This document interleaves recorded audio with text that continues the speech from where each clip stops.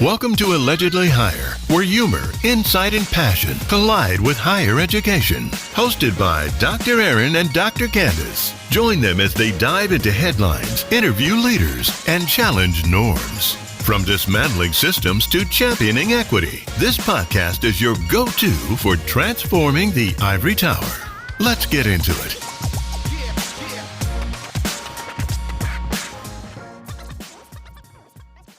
Welcome to Allegedly Higher, the podcast where we dissect issues in higher education through a human-centered lens, spiced up with pop culture flair. I am Dr. Aaron, and I'm joined by my lovely co-host, Dr. Candace, and together we are your guides through this maze of academia. And this maze is really getting, it's not even a maze. I think it's just a forest with no paths now. Hi, everyone. Yes, it is a maze. It is, yes. It's getting rough out here in the higher ed streets. You don't know which streets is worse. I tell everybody, baby, if you listen, higher ed is not for the weak. I'm so glad I'm not in a formal. I can't even imagine trying to do work while it's just fire after fire on top of the fires we already had. And so now we got an international student problem. We got financial aid problems. I saw they're not processing as fast because of the cuts, and it's just it's one of those things where when it's happening to someone else, it's different than if it's happening to you. And so when it starts happening to them and their children and their grandchildren and their great grands, and they go, pop, I can't get into school. And they go, well, what happened? Y'all signed the wrong bill. Like, you let this man dismantle the Department of Education. And so then that when it starts happening and they start feeling it in that way, and that these people, that some of these people who supported and voted for such foolery and nonsense, when it starts happening to them, then it'll be important. It'll be a problem. We'll have to fix it. And yes, so. Well, we have a lot of that to talk about. Yes, we have a lot of that to talk about. Because I just got an update on it just flashed across my phone. The court struck down the firings of federal employees. I don't know which ones, because they had, as one department fired one, then the lawsuit started. So I can't even. I'm gonna find it and we'll figure it out. Mm-hmm. But it hadn't been this long since we recorded. But right. What's been going on in the school? I think you were battling with finals the last time we chatted on here. And that hasn't been that long ago. What have I been? I'm getting ready for the Jackson Film Festival. I'm also gearing up to teach my first summer school class in a very, very, very long time. Bless your heart. I know, right? It's an interesting. It's been so long since I taught in the summer. It's hot, even if I'm inside or online, it's still hot outside. So I just don't believe that I'm supposed to be in anybody's. So I'm like, I thought it was. We talked that it was online, but I get it's online, but it's still hot. I get you. The computer hot. The computer is hot. It's hot. It's hot. So I started really working on the new novel, tentatively now titled "Riding Shotgun," which will have all of its implications. So. So, folks, if you don't know, Dr. Candace in Another Life is C.L. Jackson, and she writes romance suspense novels. How does that work with author pseudonyms? I thought it was supposed to be a mystery a little bit. Well, here's the thing. I tried that, and so I was like, I just use my initials, because I also knew that my first readers would be buying it because it's me, right? And then I thought, because a colleague asked me, talk to me about my career and what would be the implications of that. And I thought, here I am at home in my exploration year, which means unemployed, and nobody has cared. And so that was my approach to this. So if I were, I understand it. When Stacey Abrams was writing romance novels under a pseudonym, now it's under her own name, right? And so what difference does it make? I do try, my novels are not just, romantic scene after romantic scene. I do have a story of people falling in love. So I just decided if they weren't going to care about how I was eating as Dr. Jackson. I wasn't gonna care how they felt about CL Jackson. And so that just, yeah, that's how that works. That's how, you know. So check me out. So I've been working on that, and of course, like I said, the film festival. My grandson-in-law, that's what I'll say. My grandson-in-law graduated from high school, so we're excited about that. He'll be attending University of Arkansas as a Razorback, heavily recruited, so we're happy about that. And that's about it for right. Oh, I can't believe I forgot. I went to New York Mother's Day weekend. I saw Othello with Denzel, yay, and Jake Gyllenhaal. Shout out to them. Absolutely amazing production. It runs until June 8th. No sponsor here, but if you are in New York and in the area, please go see it. I didn't get a chance to see Purpose on Broadway. Felicia Rashad is directing, Latanya Richardson Jackson, Samuel Jackson's wife, and an amazing, and dare I say, probably the better actor of the two, actress in her own right is being nominated for a Tony. So it's that I didn't get a chance to see it, but that I also went to the Met and saw the Black Dandy exhibit. My Lord, today, that was just a proud moment. Saw it on opening day. Could have been in there all day, but it was just an amazing moment. That's going to run into October, so if anybody's interested in that, they need to go and see the Black Dandy exhibit. It is worth it for all of the things. And shout out to the late great Andre Leon Talley. This was clearly homage to him. It was clearly a prayer and a message and a love letter to him, to designer Virgil, of who was at Louis Vuitton. It just to honor Black dandyism, to honor Black men, Black fashion, Black culture was a moment. Also got a chance to see Centers. So I know we're gonna talk about Centers later, but saw it on the big 70 millimeter. I've been having, it's a whirlwind. Yeah. It's been a whirlwind. You can't see us right now, but she has a very humanities glow about her. Yes. From the writing to the arts to the literature to Broadway to, like, she is in her this was my element. She's in her element for a whole month, and I love that for you. And don't forget, I went to Edith Sylvia's. If you have not, oh my God, my Lord, a moment. It was a moment. And New York is her place. New York, Jackson. She might be a Southern belle, but another side of her heart is from New York City. Baby, I run those streets from 42nd to 135th. Do not play. Son, yes. Yeah. And I did not put, because I didn't want to spoil the mood. Othello was passed up for every piece of Tony nominations. You know, hate is real. Let me tell you what was so beautiful about it. We read in academia, in English, and I'm an English professor, that Othello is a straight tragedy.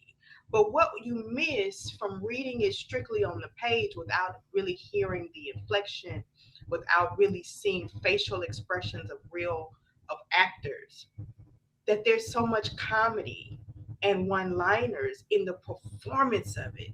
And so I know that people, maybe the Tony committee, whatever it is, was like, it's an expectation of Denzel. It's an expectation because it is Shakespeare. But the way that they have made Shakespearean language so accessible in their performance, it is one of the great, it's a great snub. It really is. They deserved to be honored. Everyone on that stage brought an A game. Yeah. And I've seen Denzel before. So I saw him in Julius Caesar in 2005. I've seen, I try to go at least, preferably under somebody else's dime, but this time it was on mine. To take students to Broadway to see these things, this was a snub. Yeah, this was a snub, and this was intentional. I know Jake is also considered a movie star, and I think this is his first Broadway show. I could not understand, but that kind of Hollywood movie star moving in on the theater space, I get it. But Denzel has cut his bones Yeah, so on it's like, but Broadway and theater. he was never like he's done it all All the on way from screen and on. I'm talking about the oh gosh, what's the movie he did with? I can actually see the scene. It was Death, not Death, Brazen in the Sun. yeah, he did. Yes, he did the What was the revival of that. what was the one? Okay, must not. Maybe it's the Fences, same. Say it again. fences, August Wilson. Fences. So I don't see how that's him in truth. Like he's always been that classic Hmm. actor who has of all types of genres and like he's been that. So I don't know what that was. I I was think so sometimes it's an shocked. expectation. I think sometimes it's the expectation, right? That Yeah. he would be nominated for whatever he's doing. And there's sometimes, that we always expect. But I think expect that he would be nominated. And I think they buck against the expectation, even if it's deserved. He deserved a nomination. Yeah. And not saying that the gentlemen who have been nominated for Best Actor in a play, however they do it, do not deserve those nominations. But there's something about that entire cast and that show being snubbed, and it has made more money than any Broadway show in history. Says there's a little hateration in the Kool Aid. Look, Yeah. just a little. Yeah. And when you bring that element of it, the beautiful thing about live theater is that you are there. They have to bring that every night. The same inflection, they have to bring that same passion every night and remember the lines every night. This is not that's not easy, and particularly in Shakespeare because of the differing syntax, the language is different, but for them to have made Othello accessible, Mm-hmm. bar none, he should have been. Both of them should have been nominated. But it was New York. It was New York. So I so hope that I could go yes, before it goes off. Well, before Denzel. yeah. June 8th, you got until June 8th. But Yeah, that's next week, sis. but he was also given a special award at Cannes, at I saw Cannes. that Yeah, so I was right happy after about that. he blessed the photographer for touching him. Yes. Hmm. Hey, listen, and that's what they told us even standing outside. I always try to stand outside to get pictures and autographs and all that. He didn't do any autographs this time like he did in 2005. But what the security personnel said, if you get aggressive, he's leaving. He's walking away. So everybody was like on their best behavior. He still walked directly into the van, but it was very clear. And I think that he has earned the right to establish some boundaries. And at 70, he can't afford to get sick, particularly doing Broadway. He can't afford. He's Hmm. not going to bounce True back. that. True that. So I think I was disappointed, but not angry about it. And it was cold that night, so he needed to protect his throat, Hmm. his voice. Um, and but I did get Jake Gyllenhaal's signature on my playbill, so I'm happy with that. Um, but yeah, I was happy to see him, and I think also with that photographer, Mr. Washington is at a point where he can just tell, and we all hope to get to that point. What you're not gonna do is play with me, sir. According to Jamie Foxx, it's not an older Mr. Washington. He's always been like that. Like, don't touch me. Like Jamie Foxx, even when Jamie Foxx was probably in Living Color, Jamie Foxx, Hmm. and he was like, he wasn't there, but he was there, and he said it was in an interview with him and Denzel. He told the story. I don't even know if Denzel remembers it, and he was like, "No, you tell the story." So he told Jamie to act it out for him. And he said they were somewhere. I don't know if it couldn't been at a club because I don't think he's that type of guy. He was out and he saw Denzel walking in front of him and he touched him on his shoulder, much like that photographer. And he turned around and he put Jamie in a headlock.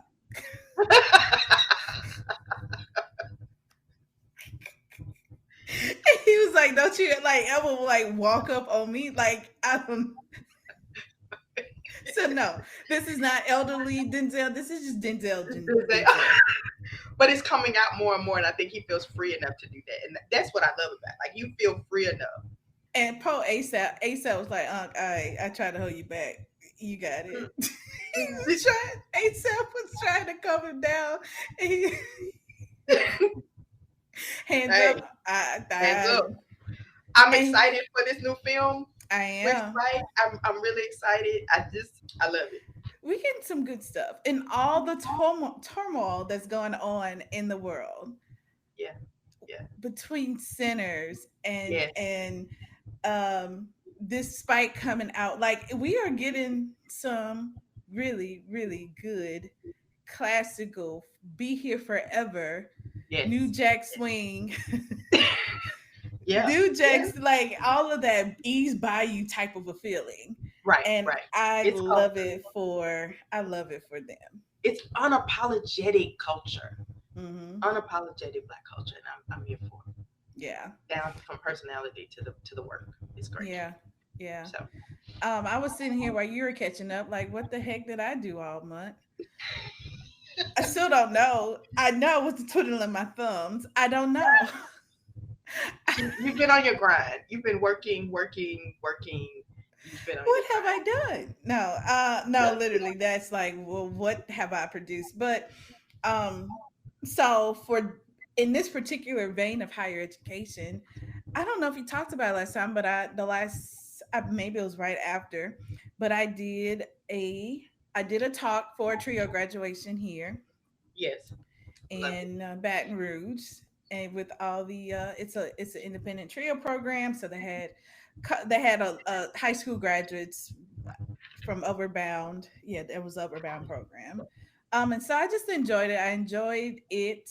And then later we'll talk about the it was bittersweet because the day before I was sitting in my car trying to out of the nail shop trying to uh get a manicure to look professional for the talk, and I'm like, no, I was literally, the phone was on the table. I was either drying or actually getting a manicure, and I saw the story pop up, and I couldn't touch the phone to read it, and my body, it was Mm, just fire. It was right, really fire, right. and I could not touch it. But as soon as my fingers were dry, I was in the car. I sat in the parking lot to read the article and got mad altogether. But it's bittersweet. But there I knew that we have to save these programs. Yes. So that was good. The other piece is that I re-released my second book. It is officially on Amazon, and I shipped the first pre-orders out. So I'm happy about that and ordering some more. Hey, Yeah, and I think the rest of it was just on me figuring out what my second and third quarter of the yeah. leadership coaching business looks like. So that was really big. I haven't been this clear in a long time. And preparing for the big 4-0 Ah, in a little bit. And just it's not going to be a real big turn up. It's yeah, barring hurricanes, heat waves. but I know you like the water, so you'll be on I'll be somebody's going to the beach. beach, and Yes. I think I will be doing a pool day brunch. Uh, so yeah, that's for me getting ready for 40, and I So think you I'll get have ready some for higher it. ed talks coming up. I submitted some proposals. We submitted some proposals. Yes, we definitely want that. Yeah. Um, so yeah, so that's it with the personal catch up. And next we'll be talking about there's a lot going on in these pop culture streets. A lot. It's so crazy. Oh, But pop what culture we is killing me this I week, know we won't baby. be talking about Diddy because I feel like that fire is gonna be burning for a long time. But in other couples news, we'll get to that. But first, we have an ad from a sponsor, which happens to be myself, right? Hey, I plug the books. You go ahead. You go I ahead, have girl. to. Like, this is our platform, right? So Right. let's let's be real. Most first year programs aren't keeping up with the real needs of today's students. That's why I wrote Go Wiser: Secrets to College Success. It's a down to earth, research based guide that helps students navigate college, not just survive it. If you're an educator looking for something practical to use in orientation seminars or retention programs, this book can anchor your efforts. And hey, if you got a new high school grad in your life, grab a copy for them too. It's one of the best tools you can put in their hands right now. So you can order in bulk or book a training for your students, faculty, or staff. And you can do that by going to holistichighersolutions.com or hit the link in the show notes below. So let's get to pop culture. What do you want to talk about first? All right. So this morning, just this morning, and I'm glad you had it on your notes as well. I ended up on the Remy Ma Papoose Clarissa Shields side of TikTok. Well, So, you were a little late because everybody was following this live last night. baby, I guess I would. Listen. It went down. It started from yesterday's airing of the Breakfast Club interview with Clarissa Shields. So it started at 9 and it just been disintegrating for 12 hours since. Well, 14, 15 counting this morning. So yeah, we caught it live and I was like, I don't like, so I peeped in, but then I tiptoed back out because it's just like, y'all, like, leave us out of the group chat, but send us a transcript. Okay, so I saw some of this early on, husband and I watch, well, husband and I sit there, and I do enjoy it, watch battle rap. Mm-hmm. So like even as early as last year, like I knew she was kicking Yeah. it with some battle rapper, right? And I was like, that's what you like in my mind. You left Papoose for okay, so of course, because I'm not into I just see the fact that they talking about Remy sleeping with this boy while she's still married to Papoose. You mean Papoose, the one who held you down while you were in the joint, like who wanted to have a baby, who was like all of the things, and you had to go to child. Like, I'm trying to understand.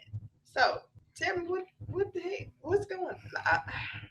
So to catch you up, because I know y'all been so busy, making sure kids graduate and get degrees and find a career in.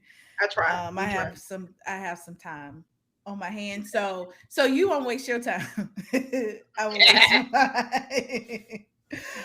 So for those of y'all who are not caught up, the once celebrated hip hop emblem of enduring love, as you just said, Remy Ma and Papoose relationship has recently come real front and center. Last year was like center left, a little bit back, but this time Right. it really is front and center of public scrutiny and controversy. Allegations of infidelity have surfaced first with Remy Ma. It started with her first, like you said, 2 Hmm. years ago. But now she's accusing Papoose of engaging in an affair with world champion boxer Clarissa Shields. In her response, Remy Ma has alleged text messages between Papoose and Shields, shared it on social media, intensifying the situation. However, I feel like the situation intensified when Shields went on the Breakfast Club yesterday morning. As we recording this on Friday 23rd, so this happened on the 22nd, May 22nd. She went on there and, like, y'all know the Breakfast Club. You know Charlemagne. You know him. You should be prepared for him. You should have Cause he told gonna your ask all the publishers of which questions. questions are there. And it was a real simple question. And he was like, well, who is her? Mm, messy, Because messy. And she messy. felt, well, the elephant, and let's discuss the elephant in the room. And of course, she never used, to her credit, she never used Remy Ma's name. But I actually, in the back and forth things, Remy, in her, one of her videos, reels, whatever, she was like, if you should have, like, this, you knew this is going to come up. You could have easily said, even before the interview started, I don't want to talk about my relationship. But you instead go and talk about it, even though you didn't use my name, but you actually brought up Papoose and you kept saying her and her and her. Everybody know who her is, so don't even mention it if you didn't want to. You know what I'm saying? So I'm backing Remy on this one. But yeah, what you got? What you got? Well, listen, because last year when the girl was having the movie come out, when Clarissa Shields' movie came out, there was some other stuff that was coming out, releasing. I remember that, right? And then a lot of us found out that there was even trouble when somebody in a battle rap, while she's standing there, talks about her cheating on Papoose with this dude, with this other battle rap, Mm-hmm. right? So the fact that she goes, and I didn't see the Breakfast Club interview, but I will say this: the fact that she goes on the Breakfast Club and talks about her relationship, which clearly, if they in a relationship, she got a right to do, and it's open. That she doesn't name her by name, I kind of see it like almost being slightly.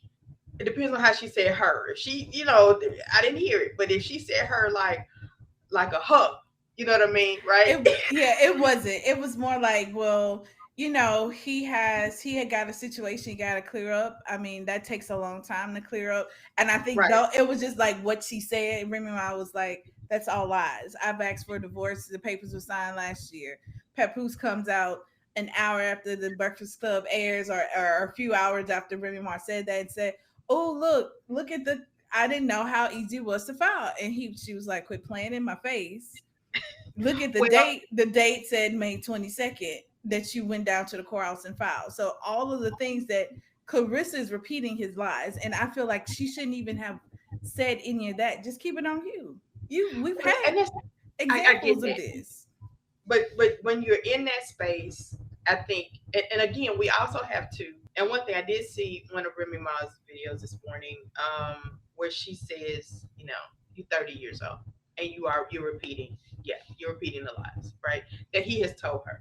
But Mm-hmm. I do think that in order, if what she said was he's got to clear some things up, I think that was at least still respectful, right?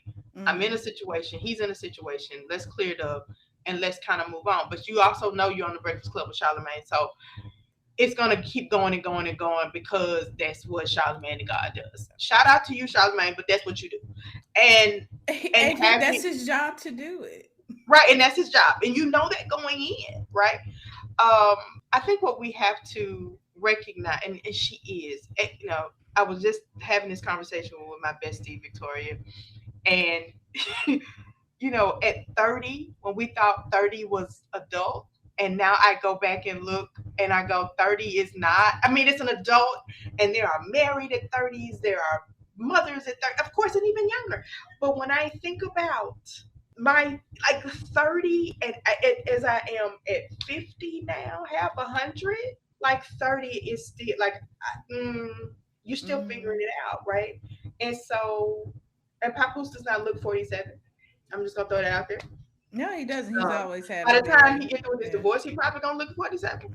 Uh, but but and that's just real talk. I remember my father was in his 30s making some really interesting choices. And look, for all of those of you listening, of course I have daddy issues. I have a daddy, I got daddy issues. But what I'm saying is, even at 50, I can look back at my 38-year-old father and go, yeah, you were still a kid. It because you were grown, and yet I can look back at 50, some of the, and we all do. I can look at some of my 30-year-old choices and go, girl, what were you thinking? I think she's gonna have that moment later. But I think if she just said that, but the problem is you went on, you said it on the Breakfast Club. Now you could have said that on Ricky, you could have said that on Steve, but you can't say that on Charlamagne because Charlamagne gonna be this. You can't say So that on a New York hip hop station. no, you cannot. Now you could have. Ricky would have let that go. Steve would have let that go. Hell, Tom Joyner would have let that go, but not Charlamagne. Not Charlamagne. Yeah, because the Breakfast Club, even though, so I did say her post could have said, "Don't ask the question" or whatever. The Breakfast Club has always said, "Oh, we asked this person to come on the show. They canceled the interview because we told them we ask all questions. It's up to you not to answer." Right. But she's also not as well versed in that to be able to navigate this very tenuous and sensitive topic. Because here's the thing: she's 30, he's 47, and I said that exactly how I meant it. He's 47, and he has children. Mm-hmm. And which means that if you are Miss Shields, and I can give you experience on this, you can DM me privately. If you are going to engage in a relationship with someone who is coming out of a marriage, it is now contentious, and there are children involved, you are going to have to learn how to be blended, right? There's going to be some things that you must never say about his children's mother, no matter what you think, no matter what you feel. You can never say publicly. And your best bet is to always enter in this time an interview where you say, I will not discuss this part. Mm-hmm. But this is a lesson that you're going to learn, because what's happening is it is diminishing her stature even in the engagement of all of this. Yeah, because I feel Right. like this overshadowed her biopic Yeah, it did. or her 'Cause documentary. It's a documentary. it was the Was it- biopic, I think. Okay. Because that should tell you something I haven't seen. Yeah. And I'm not. That's not a morality issue. It's just that it wasn't there long enough for me to get around to it. Yeah. I don't even know where it is. So, But I stream feel it. like this has been going on for 3 years. The rumors have been surfacing. Remy has kept it quiet because I feel like that is the essence of Yeah. her being in the game long enough. And I think she just got triggered and just like I was like, this live was 80 minutes. They said it was like 80-minute live she did yesterday, and she was like, I've been silent my whole since I've been out of jail. She was like, so y'all didn't think I didn't say anything about having to fight baby mamas and going through text messages and seeing what he was doing while I was in jail, while y'all all praising him that he stood by me, and having that been thrown in my face all of these years. I didn't say that. I didn't tell y'all that I brought my own push gift and said it was from him. It was like I don't know. So here's the thing about the push gift. Didn't nobody ask you for that. So you bought a new car. You could have just bought a new car and said, "Hey, I bought a new car." You didn't have to say it was a push gift from him. Now that part we didn't ask. Unless I can't remember. I don't know if he said it was a push gift or they were also on Love and Hip Hop. Yeah, yeah. We remember the whole thing. So Remember, this thing been put together like glue, like I don't even Elmer's glue, not super glue, for years. But in the last 2 years, she's kept it quiet, like well, let's just leave in it silence. also looks like Tiana Taylor and Iman Shumpert, right? Mm-hmm. Where she has to come in and say, "Listen, y'all talking about I'm taking his stuff." Like, and we all know he didn't play basketball that long. Mm-hmm. She's been working damn near since she was 16. Yep. So, yeah, when she said, "Yeah, I bought all that stuff," but see, I'm trying to keep all this quiet.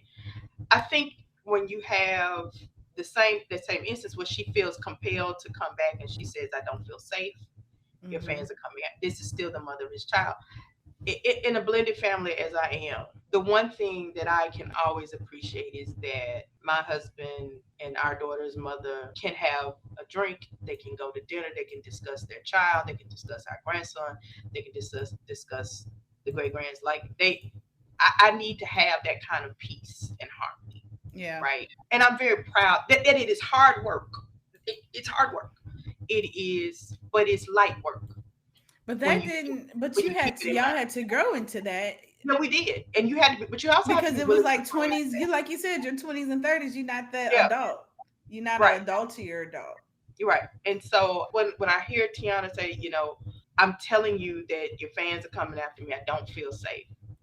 The one thing that Imam must do is put aside all things, because if something happens to the mother of his children, he will not be able to face his children with that and to face himself. And I think the same way goes here with this situation. Clarissa Shields is going to have to make some hard choices about how to go forward. Yeah. And she can go forward, but you got to make some, because you're stepping in and you're named respondent. I wouldn't repeat what nothing he told me. I would say silent. It would be completely off the grid. Yeah. Yeah. Because you can't trust, like you don't know what's true and what's not until it all sips out. And it could be years before it sips out. Mm-hmm. And I don't know, but I wouldn't repeat nothing he say. Mm-hmm. I'm sorry. I can't, like, I love you, but privately I take your word. Right. 99.5%. But there has to be some separation between You know, it's one thing about it. Now, these are the lessons of Brad Pitt, Angelina Jolie, and Uh, Jennifer Aniston. Nobody talked about the other. mm-mm. There was none of this. Now, I can. It didn't always. It didn't work out the way we, thought it. It wasn't enduring, but it lasted long enough. But they never addressed it. They never talked about it. It was about the work. Always keep the work Yep. about the work. But you got to know where you're going to expose yourself to. And Shields is being thrust into this new kind of life, and she gonna learn. She about to learn very quickly how to go forward. Mm-hmm. Too bad about her. Yeah. I don't know too much what we can say about this. Relationships. I don't know who's together anymore. Haley, and DDG. Holly. I Yeah. so hate this for her. I just that's a late night podcast. That's a Mm-hmm. Patreon topic that I'm trying to avoid. But in back in October, the singer and actress DDG announced her separation after nearly 2 years, and I was like, okay, that's fine. Young, Mm-hmm. new Mm-hmm. baby, Yeah. It's a lot. rising career. That's fine. All right. I mean, I never did care for the young man. I'm not on. I can't. I forgot what the platform is. The streaming Twitch. I'm not a Twitch person. So I don't look at. I just never care for him. I Right. did think he was a little beneath her, and turns out that I am correct. And we can also throw in Kiki Palmer too. I forgot about that. Kiki Yeah. Palmer, same thing. Both almost identical, except for one. Her man wasn't famous. So last week, and this is so funny to me. Serve him whenever you can, sir. Mm-hmm. He was served live on his live stream. Caught it all live. Actually, wasn't his live. He was live on somebody else's stream, and they Uh-huh. served him. And so it's all caught on live. His what is this? What's going on, man? He like, I don't know, man. Like it was a thing. So I think that's beautiful. it was perfect to me. She served him with a temporary restraining order against DDG. This is an example of the silence you're supposed to have until you can do what you need to do.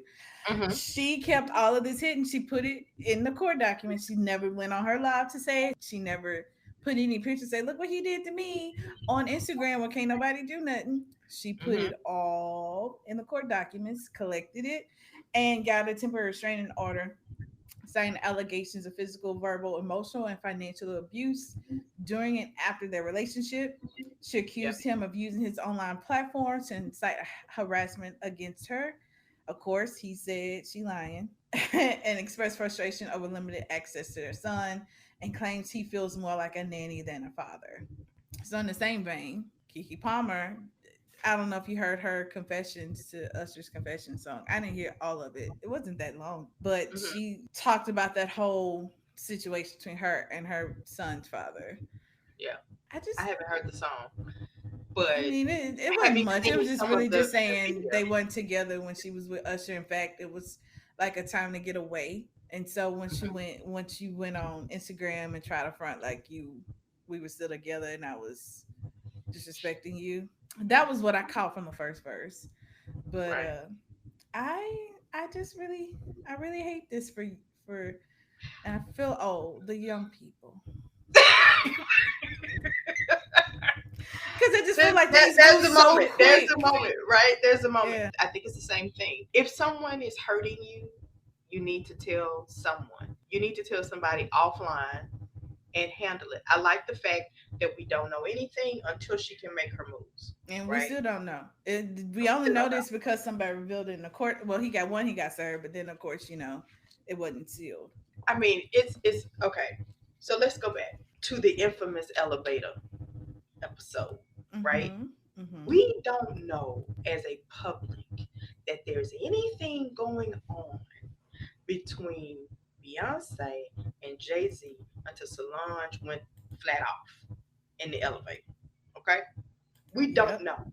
They are still doing their thing publicly or not, but there's no frame of reference because that's why it's the elevator fight that shocked the world. Now, they're not suffering in silence but they also don't owe us that, Mm-hmm. right? And I don't want them to feel you don't owe us anything, right? That's why when they write books, see, right now, what the young people are doing, see, that's that 50-year-old mission circle self coming out, right? What the young people don't understand is, baby, you're putting it all out there now. You're not gonna have anything to write about when you in your 50s and 60s for your memoir, because you've told everything. My favorite influencer, Funky Dineva, was like, "You hoes not gonna get that information now. I gotta say something for my memoir," and I You have to say something, and agree. that's what they're not getting, right? So they're living online. I understand why Tiana came out. I understand why this is happening, because right now you think, okay, well, or all of them, but there's some things. It's unfortunate that he was served online, but then again, if you live your life online, What's the this is the way chances that of they you know to this not serve gonna you, be? right? Yeah. Right? But y'all not saving anything. There are some things that your public really, I know you think they want to know. They don't want to know. That's We why still finding out tea about Aretha and Smokey yeah. Oh God. and all of the things, right? But I think that they're not learning that they've got to, at some point, create normalcy for yourself, and keep things private. Yeah. Save it for the memoir. Let when Miss Bailey is in her 60s and she's won the awards and she's done all the things, and she can go back and tell, just like we all knew that Diane Carroll and Sidney Poitier had a long-standing relationship. Mm-hmm. They fell in love. You could actually see it on the set of Paris Blues, black and white. Shout out to that film, one of my favorites. That they were supposed to go home and leave their respective spouses. He didn't. She did, and then he did it to her again, and they were gonna do it again. Okay, I okay. didn't want to know that. When I I I, heard I found that didn't. out, I didn't want to know that about Sydney.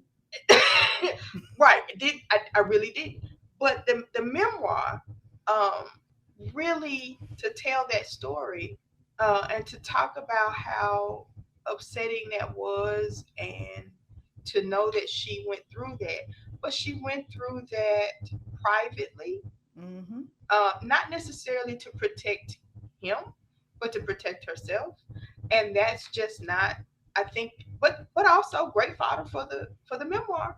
Yeah. Y'all letting everybody know there will be nothing to write. There will be no bio. There will be no The only thing is we can see replay out and actually see what it looked like real time, but it's not gonna be. It's gonna be real cold tea. right, It's real cold tea. and it'll only be for the kids now who are not privy to this, and it'll be new, and everybody else will go, you know, we knew that. There's nothing new here, Yeah. and that will be the thing, because you all are living. These younger celebrities are living online. I'm having a real problem with this sort of idea that we own our celebrities. Nope. Just because you buy a show ticket, a concert show ticket, Lord God, a concert ticket, or a movie ticket, or you buy an album, or you stream an album. I'm sorry for those of you who stream, yeah, whatever. Buy CDs. I know y'all don't know what those are. That we own them, and they don't owe us anything but the performance that we have paid for. And I think that's very key. They don't owe us anything but what we have paid for. Yeah. And so I don't want to know this. I want to I know want that to. she's happy and healthy, but I don't want to know the intricacies of the plot of your breakup. Yeah. I want to I go, want some oh, mystery. right. I wonder what happened. Will we ever know? Like, you know, Like Beyonce's book is gonna be three fire. part biopic. Biopic will be it will be just like the Jacksons. Oh my God. Right, right, exactly. Because there was a certain level of privacy, and even now when the backlash and trying to figure out is something wrong with Beyonce's daughter. Like I'm telling everyone, have you all not seen Joy? Yeah. And if something is wrong or different or diversion, that's their business. It They don't is. know that. Because they know how nasty the world is. And the world is nasty. And just the I and perhaps I said I didn't see a child or something. I saw a child who was young and who wants to be on stage and just realized, oh, my mommy is Beyonce. And Oh, so Miss Miss the Tina joy. said that she wanted to grab the microphone and sing. Oh And she said Miss Tina was like, I had to be a grandma and be like, no, we're get not over doing here. that. Yeah, yeah. It's Right. not that time right now. But she's still very young and very much different from you also have to give children their own personalities. Mm-hmm. Blue came out grown. Yeah. And she been grown since she was 5 because I really believe Blue is the reincarnation of the grandmother. Like you're not gonna make me believe otherwise. Yeah. Her art, her artistry, her understanding of art and value, that is not of her age. So she is. You can't judge a regular 8-year-old by Blue, and you'd have to do that in every family, Mm-hmm. every child. I remember my oldest niece who went to Xavier. You know, she's the salutatorian of her class. She graduated from Xavier summa cum laude. She went to, but her siblings were like, "Yeah, we smart, but don't do that. You got your one. Don't do that." And they're clear about that. That we don't do that. We're not gonna do that. We're not doing all of that. That's not my path. And they are doing very well in their respective paths. My niece is a student at my institution, and I hardly ever see her, but she's done big things. She's doing great, and everybody loves her. That's just that they all have their own personalities and a different path. Can't blame. You can't make those kind of judgments. But again, Beyonce, Tiana, uh, Halle, uh, we don't need. You don't owe us that, and we don't need to know Yeah. I don't know too many young people, young it. artists. She has to stop herself, y'all, because that 40 is kicking in. You don't know the young people. The young people, The yes. new young artists. I can't even name one who is that private, who does say Yeah, mine. Like, but I mean, but that's not how we grew up, and we can't. Just like you said, we can't compare kids. We can't right. compare generations. But I think it's No, just I give them that, but the they're gonna classic. I feel like it's still just good life mm-hmm, lessons. It's just to leave something for yourself. leave something behind, baby. You know, you what did they used to say? You throw a little leg out there, you put it right back. Yeah. But you don't have to tell me. You don't tell it all. That's what my pastor said. Don't tell it all. Don't tell it Um, all. so before we leave this pop culture segment, we cannot leave Sinners Yes. off. I'm still on the one time that I've seen it. I need to go back to see at least two more before it leaves the theater. But Yeah. part of her, as we discussed top of the show, part of her humanity's glow is seeing Sinners not one, not two, not three. Is it four times? I've seen it 4 times. I Mm-hmm. am trying to get to a fifth. That was my personal commitment, considering the disrespectful headline from Variety talking about its making back its production cost of $90 million after making 64 million in 3 days. And so we are going to, and I think it has reached the fastest movie to reach $300 million Mm-hmm. globally. Mm-hmm. Yes, but I am committed, and I have seen it in IMAX. Three, four, and 5D. Right. I've seen it in Dolby Audio, standard Dolby Audio, IMAX, IMAX 70 millimeter. Um, and so I want to see it in Screen X, which is sort of like a surround Mm-hmm. picture kind of thing. So I got to find a theater and get to one. I don't have one where I live. And also, but the moment of this, the culture, for those of you who have not seen it, you've got to see it. You've got to experience it. Yeah. It's not just a cinematic text, it is a cinematic experience. And let me tell you something. As they start thinking about what Target stores they're going to close down, I want to caution Hollywood and the Academy that if Michael B. Jordan does not get a nomination for this, let me say that my best Mississippi, for this him movie, don't worry about it. Don't worry about it. We straightened it out. I'm calling Jamal myself. We can just shift. Now y'all can see what happened to Tarjay if you want to. But if Michael B. Jordan Ryan, anybody, and Ryan Coogler, everybody, and everyone in that cast does not get something, Delroy Lindo, my he's lord, such today. a treasure. I love him. The scene, and he talks about fighting for this particular scene. Spoiler alert. Where they're in the car talking about his friend, right? And that he starts hitting the thigh. And I remember that is so cultural, because when you see old women just sitting around, you don't know what pain they're in. They start rubbing their leg, right? And you see with the beat that he's hitting his thigh with to beat out that pain, because that's the blues, right? That we're beating out, we're singing out the pain of life and what it is to be Black in this country, what it is to be Black in the world. And it's such a powerful moment that by the time I could process, you see it and you're in awe. The first time you see it, you're in awe. The second time you start to really allow, because you know what's going to happen, but now you're allowing yourself to truly feel. And when I saw that, I was in New York, saw that scene, I was able to actually emotionally truly connect. That pain was so palatable. Delroy Lindo is a treasure. He is. I don't think he gets flowers. He does not. And he needs to. I loved him on The Good Fight. I loved him even from Not Fast and Furious. It's oh gosh. I can see him acting in it. Oh, you're talking about the one with Nicolas Cage. Every different.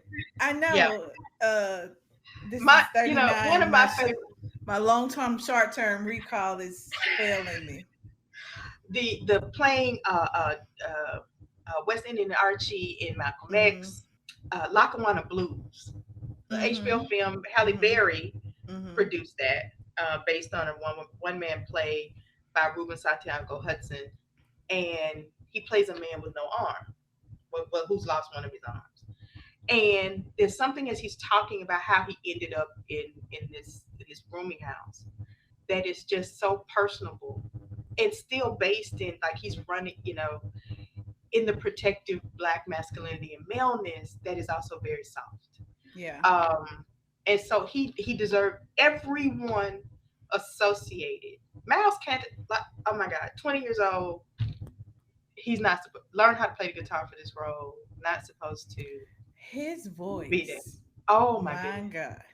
I have heard this week alone. I've heard "I Lied to You" come through my, like, in my consciousness, and I was listening to the soundtrack just yesterday, and I realized, well, I can't. For those of you who haven't seen it, put it on me for just a second. It's okay. Okay. It's so many. It's so many. So remember that Coogler is this Marvel, and Dr. Wheeler should probably do her own podcast on the Marvel experience. But there's an additional scene, and then there's an additional scene. But when I was listening to the soundtrack, I realized that there was a cut in the scene that is on a snippet on the soundtrack. I said, I was correct. The end is in the beginning. The beginning is in the end. So when you see it, you'll know what I mean. But the soundtrack has part of the scene that was cut. Gotcha. I have to go back and listen. Yeah, you got to listen to it. And so I go, wait, that was not in the scene. But that just proves to me that in that scene, that's what calls up the evil. Yeah, that's the voice that calls it up. We have to thank her. Yes. For listening to the voice of God and telling Miles. Yes. To go try out for the role. We wouldn't have had him. Yes. And to come to, like, my favorite thing about how all of this just came perfectly together. That deep voice that he has. His mom sung for Hezekiah Walker, and it is a favorite song. If I put it on to this day, tears gonna fall. And because you really don't really hear alto voices as lead, but her Right. voice is so recognizable in gospel. Hmm. You don't like, you can't forget it. And he inherited and got deeper her alto voice, and to learn that that was her, her son. And I was like, Yeah. I could tell the voice because it is, you cannot, Unmistakable. yeah.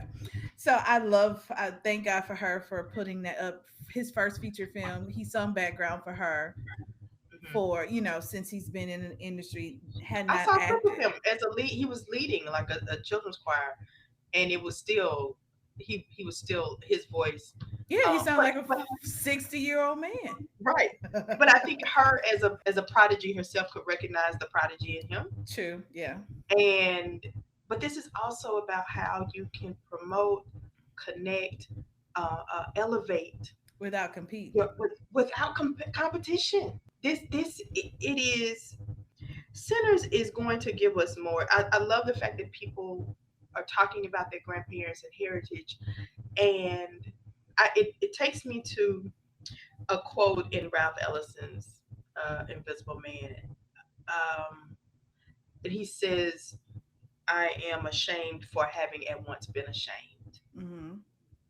And Black people, people of color, have to fight against the shame of their Yeah. own being. And Sinners has given so many people in the connections of color how we can no longer be ashamed. Why we should not be ashamed. I'm not ashamed of the Mississippi Delta. I'm not ashamed of cotton fields. I am, in the Jewish community, there's a condition called survival's guilt because Yeah. their descendants who were not in the Holocaust, because they are survivors, because they didn't have that experience that makes them so uniquely part of that so uniquely tied to their faith, that they have survivor's guilt. We should have an element of that in our community, Hmm. right? This element that I I I don't have the right not to do well because my daddy picked cotton, right? Hmm. My great I got a picture of the great grandmama who was released in 1863. Um, that we should be proud of our ancestral heritage and legacy and the blues, Yeah. and it is truly an experience. Yeah. Um, what I do want, and I will put this out there for the world so that when it happens, I run me You my want your coins. credit. I want my credit and I want my coins. We need two more Sinners movies. Yes, we do. Yes, we do. I She need a already Sinners. has the I already got the plot. So Coogler, I already got the plot. And mark it down. This is May 23rd, 2025. I need Sinners Origins because something tells me that Saul Williams, who expertly plays and not enough screen time, plays the as Sammy's father, hmm the preacher, because he preacher hmm boy, right? I need to see Smoke and Stack's daddy. Were they so, identical? Were they identical twins? Were they fraternal? Because there's this sort of good and evil because Smoke has to kill. but I don't know who I was listening to, another intellectual podcast, gotta distinguish that, um that they think that the brothers were twins, like Right. Sammy's daddy, and like they think they were twins. And I believe that, and so there's this sort of there has to be an origin story for those twins, right? And how Sammy's father goes good and here's the evil one, but then that evil one, and I hate to call anybody evil, but yes, the bad twin then is connected to the guitar, Yeah. right? And so did the bad twin make the deal with the devil at the crossroads? Because clearly underlined is the story of Robert Johnson, hmm um, and the guitar and being the deal with the devil. But it's not Sammy's deal. It has to be their father's, Yeah. right? And there's a reason that He and I could do lied a to whole him. I could Yeah. plot that, like that they don't tell him that it's their father's guitar, but that's why the daddy doesn't destroy it because it belongs to his brother, hmm but he wants him to put it down because. So I need an origin story, Kugler. I need an origin story. I hope that origin story tells us where the those Indians who just said not my fight, Yes, not my baby. problem. When the Indians, I was like, where are the Indians? Are they coming back? We They was gonna like, never no, see them no more. never gonna see them no more.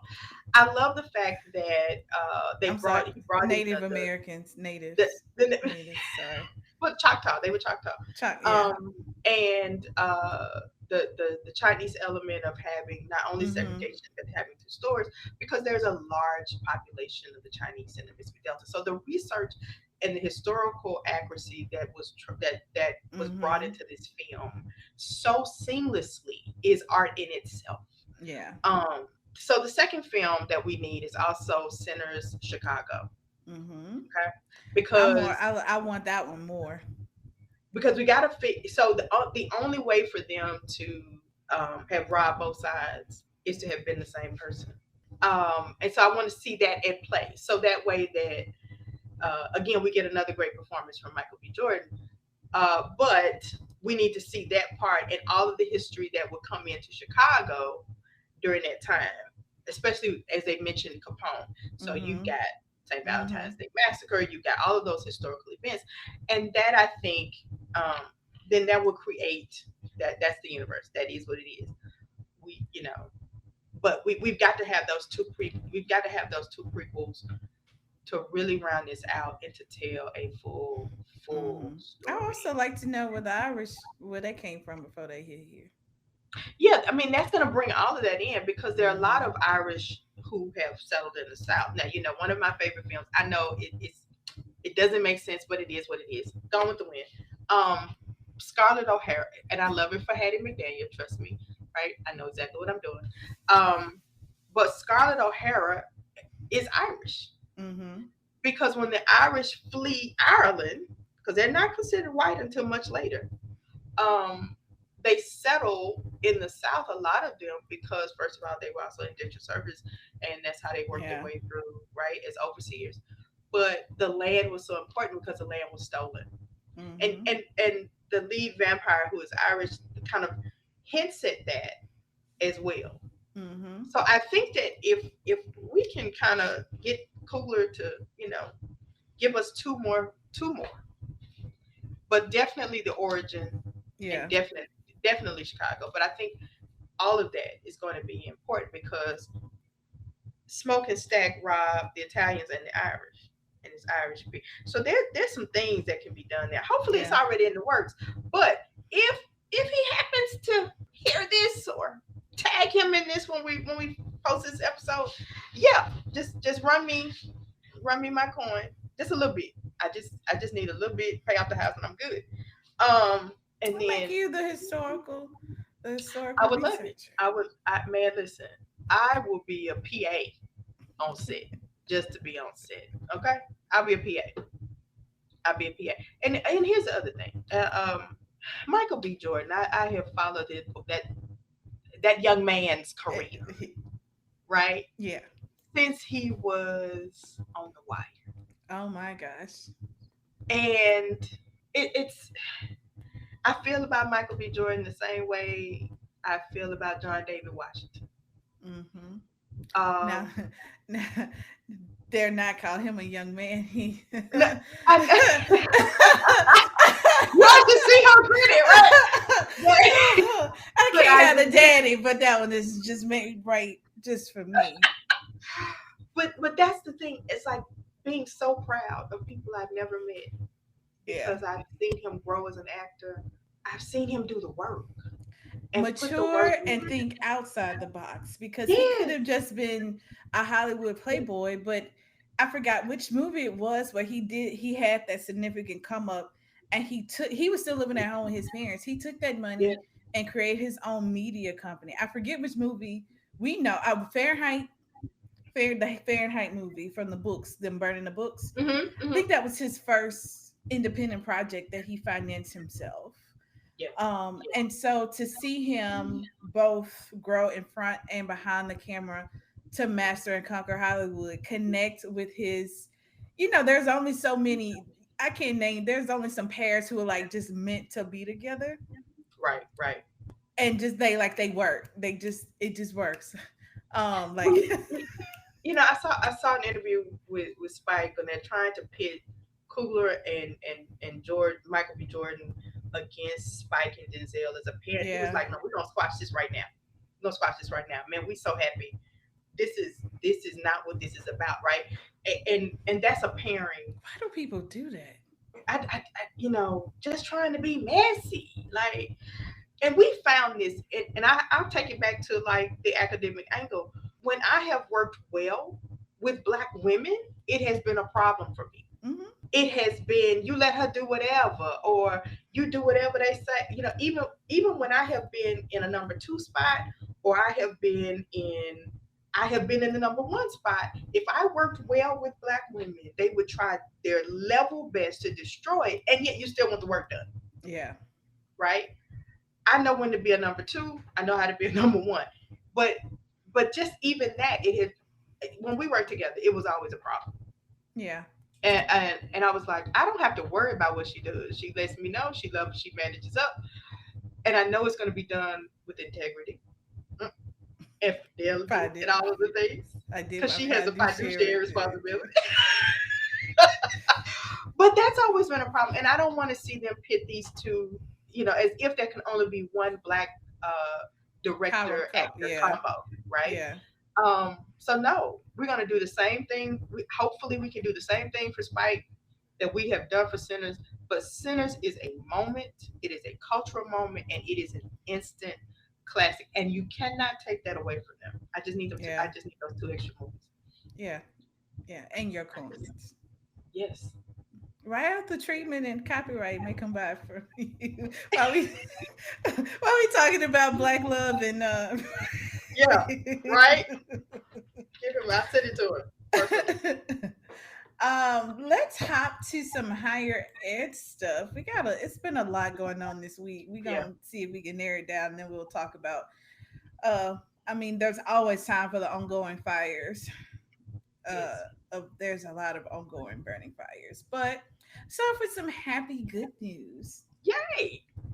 Southern University, my alma mater for my master's and graduate degree. Southern University graduates the largest class of Black male nurses in one class, which is 33. It's the largest cohort of male nurses with 33 students. Southern University is top notch nursing. Period. Black, white, whatever. It is top notch, and I will pair it with people with any nursing school across the country. Not like I went through it, but I know a lot of people who did, and they don't play. They don't play about the. It's not. It's you can't skate. You can't skip. You can't. It ain't a walk in the park. But once they do finish that program, they do become leaders in the healthcare field. So this milestone reflects the university's commitment to diversifying healthcare workforce and addressing representation gaps in nursing. This warms my heart. First of all, nursing school is no joke. You can't you fail a class more than twice. You got to start all the way over, Mm-hmm. And right? they definitely have you rethinking your career. No, I mean, but in terms of having spent, now when my aunt was sick, before her passing, she was so out of it early. It didn't matter what that what the nurse was, right? Woman, and most of the time she had female nurses. But when she was making her last stand and coming out of it, and her nurse on duty that night was a male, and I needed male nurses to kind of pull her back up in the bed. They scooch, Mm-hmm. if they're in the bed, right? They are always great to have because they can do the pulling up. But she had come out of it and was lucid enough to recognize that the male nurse would be the one changing her, right? It's a problem. And I said, I get it. I said, but she's a straight boomer. She's not gonna feel comfortable. But I think about the fact that males who don't want to be that vulnerable also need that same level of care and consideration.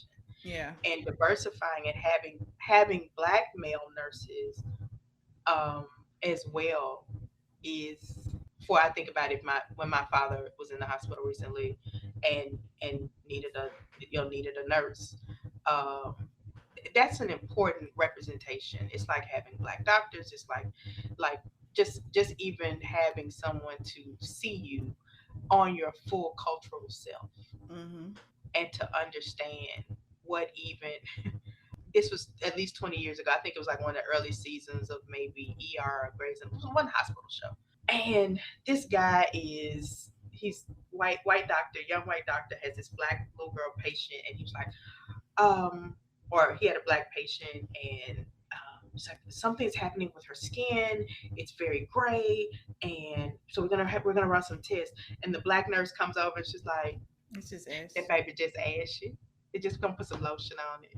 And we just, but it goes to that, and I know this is, but I love the fact not only are they coming from an HBCU nursing school, that they are black and male and 33.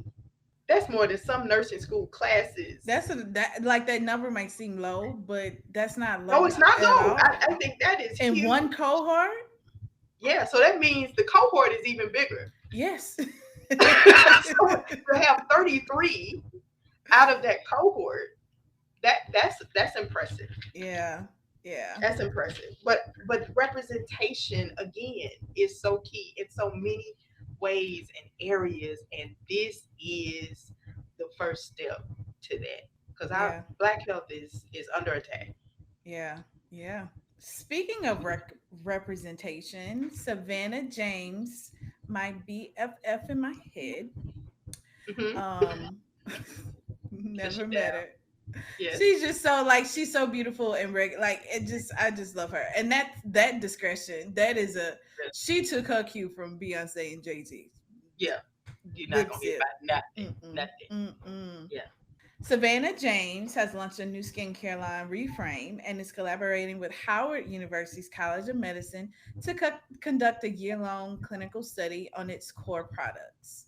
This partnership underscores a commitment to inclusive, research-backed skincare solutions. And I know in one of the articles that I read about this, she wanted to redefine and make the importance of clinically backed skincare. She could have went Hmm. anywhere, and I'm so glad she went with Howard.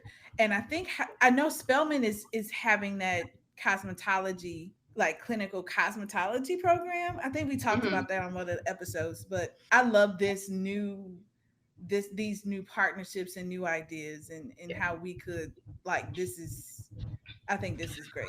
Well, I am all about the skincare.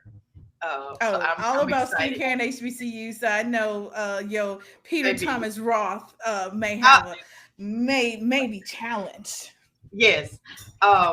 My Peter Thomas Roth, my PCA, yes, they might have a challenge because I'm going to support, and I also use Fenty. I also use Fenty Skin, so Mm-hmm. Mm-hmm. um, which is amazing. I'm waiting on Fenty Skin to get to Ulta, so I need to work on that. So I Y'all don't have don't to. you don't have it?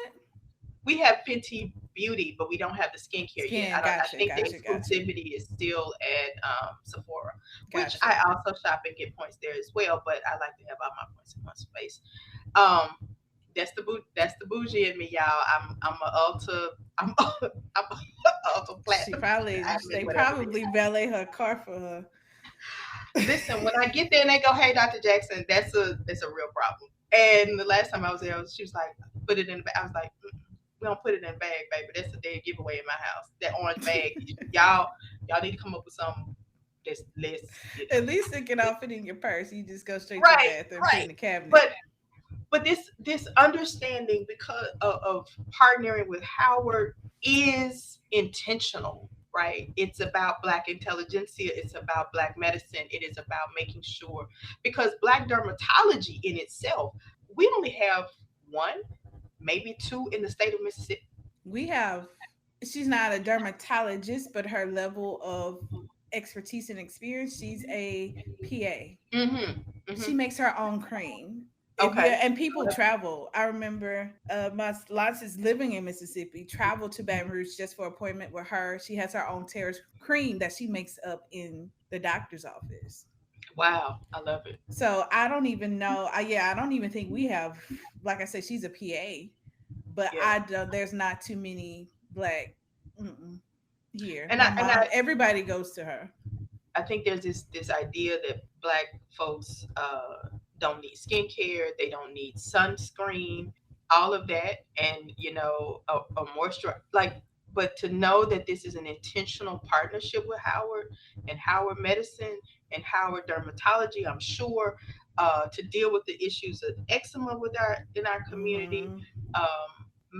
My niece and nephew have a rare skin condition called ethiosis, where their skin doesn't make any moisture. So it was so rare, So those it's so rare that only 5 people in the state of Mississippi have it, and we got 2 of them. So that should tell you how rare it is. And it's not just, of course, a black skin condition, but to know that our skin and to know that somebody is looking at our skin, but also using black people to do it. And Yeah. it's not just one, it is inclusive. And I Mm-hmm. know that this will be inclusive. So, count your days, Peter Thomas Roth, because I know this is going to be fire, though I probably would keep my moisturizer. Yeah. Anyway, Yeah. but I When I love this. I Yeah. love it. I mean, even a black girl sunscreen changed my life because it's Yes, like I use that that. when it's something so simple, but it's something that one I can keep using because it's not oily, it doesn't Hmm. it doesn't have a cast. Like it took somebody saying we need products for us, Hmm. and so I went like, And I use that. That's what saved my life in LA, oh yeah, because I was out there in that sun, and I'm at yeah. 'cause I listen, for those of you who probably don't see me, I am light complexion, and if people think that I wear sunscreen or I stay inside because, oh, you don't want, that age, oh, you don't want to get dark. It has nothing to do with it. I burn. Mhm. I am a black girl who sunburns, and Mhm. so I have to wear sunscreen. I have to. It has to be a religious thing for me because within 20 minutes of being exposed, I'm gonna start peeling, and it's not a good look. Not a good look at all. Not a good look. Yeah. um let's move on down the coast to Okay. Morris Brown College. Okay. Where's is Limestone in Georgia too? I don't think so. Let me look that up right Gotta be close. I mean, okay, so now. while I we were want to say doing North our Carolina. background research, following the closure of oh shoot, I have South the information Carolina. right here. We both Jackson. got the information, Dr. Yeah. Jackson. We both read. Right. We Red, like, red. Gaffney, South Carolina, where they have a great outlet mall. But go ahead. if you had stalkers, people know where to find you. Following the closure of Limestone College in South Carolina, Dr. Kevin James, president of Morris Brown College, has extended an invitation to affected students to continue their education at Morris Brown. College is offering to accept transfer credits and assist with the smooth transition. I think it's a great idea. Morris Brown has Yeah. come back from life Yes. support. Whatever Yes. this president is doing, um, kudos to him being in that spot. I remember when he was hired to do this at the brink of closure. I think they might have only had 50 students at the time. Yep. And they Um, were paying full freight because they couldn't get financial aid. yeah, yeah. Yeah. Um, I think they are growing and building just as uh, Paul Quinn has done. Hmm. And I know all of these colleges because they are AME colleges. And Ah, we had to know all about AME colleges. but All of this AME is history. AMEs are you very have to know it all, right? proud black historians. But I do recognize these two. Like I said, I love that they are coming back because Yeah. we need those spaces, the private religious institutions. Hmm. I love this. And so what do you think about this, and what do you see if you were, I don't know, provost? E? Well, the one thing about it is that you have to. I love this for Mars Brown, and I hope these students take them up on this offer to continue at Mars Brown. Not only does it help Mars Brown and secure their, to stabilize their financial future, but Limestone College students can have some continuity of care. I do if I were provost, but I would also set up their whatever healing they need. That's a lot. You Mm-hmm. select the college for whatever reason, majors, you've got professors.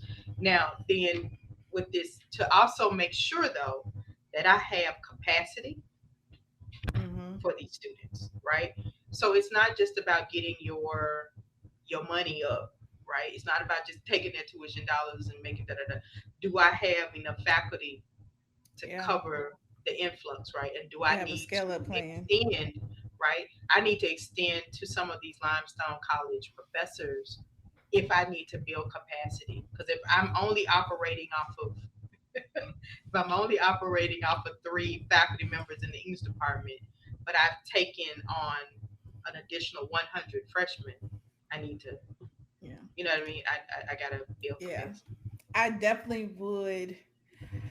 Whew, this is You a got to do topic yes, for you got to me. do yeah, but you got to make sure that you have the capacity to help the students in that transition, to make sure you have enough qualified faculty, to also make sure you have enough qualified student success personnel, um, and to kind of make sure that that all works, particularly in those general ed courses, Mm-hmm. as they go into those majors. Do you have to make yeah, majors? I know Mars Brown is also building back their capacity, but Yeah. to don't, as president or It has to. provost, to have some structure, not just say come and then they go, well, I was majoring in computer science and you don't have that. Like then they're stuck again. And so It has to be strategic. it has to be strategic and in the best interest of the student, Yeah. And we went through right? this similarly when there was a well, not so similar. This is maybe a little smoother, but still have its complications. We went through it when a nursing program closed, and we had to integrate some students from there. But What was the that ITP was tech? going from private to public. No, Yeah, yeah, private to yeah. public. That was a nightmare. It was a nightmare. It was a nightmare. That's why I But asked the question. We know what it is to like get yeah, we know students. it's like, but it's a nightmare. And as much as we wanted to, but we also had to protect the institution. Yeah, Some of them are not ready for the classes that they were, and that's probably why the institution closed. But we just we have to make sure that every institution, it's not just about getting bodies in the seats. Though I know that's very, very, very important. But when students are already at Limestone in a trauma, yeah, you may not be able to get them all because you need to do what's best for them. The ones who fit the majors that you have, take them, but don't take somebody you don't have something for them, yeah. right? It's gonna Make have sure to that be a they go very to other strategic yeah, interview. What's your goal? Like, what's your yeah. goals? Where are you? It's gonna have to be really like you're gonna have to give them answers of what transfers. Like, Hmm. yeah, they're gonna have some work. But I mean, with a little strategy, some systems. What I think the president of Limestone probably should have done before closing is to invite some select HBCUs up and say, okay, this is where we are, and Mm-hmm. then you all go in and have conversations, and so that the students would have some choice, Yeah, would have without now, okay, yes, you can go to Mars Brown and you can go there wherever you want to go, but that would have given them some kind of transition yeah, and some agency, I think. Yeah, yeah. good luck to them. So, in other HBCU news, we have Harvard University sues Trump. Actually, this is hot off the press. I think the original story for me that I added was actually that Trump actually enforced, and I can't even keep up with what he mad at Harvard about. It's a lot. DEI and anti-Semitic, Palestine protests, all of this stuff. It's a lot. I don't exactly know, but I think it's accumulation of everything he got against Harvard. Yeah, it's, So it's an accumulation, and it's a yeah. petty accumulation. And from cutting federal grants that they've already been awarded Mm-hmm. to it, and the university is saying it is suing, because now you're telling them that they can't enroll international students. That has, but at the same time that you've allowed Afrikaners from South Africa to come into the country because they're being.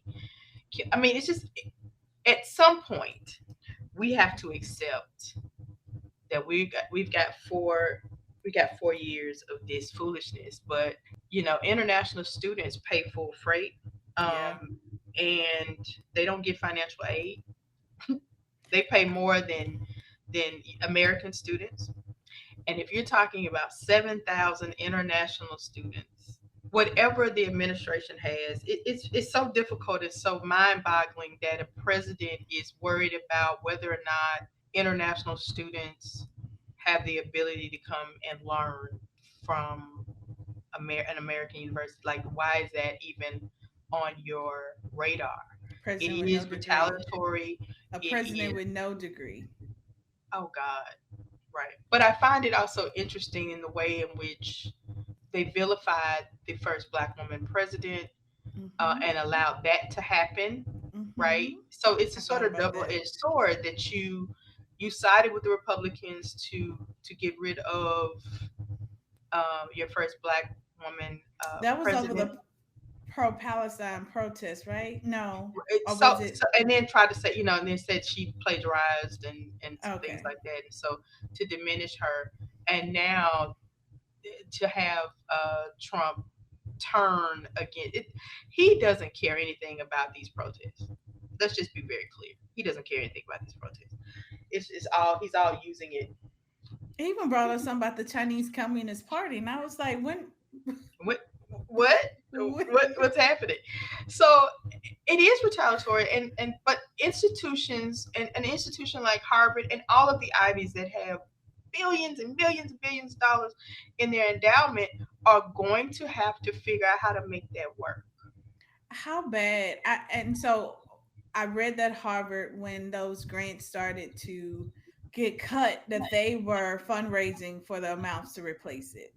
With that type of endowment, how much this is still going to do some damage. I don't It think you is. can ever you can't you balance your budget, and I hate that, off the backs of international students. Yes.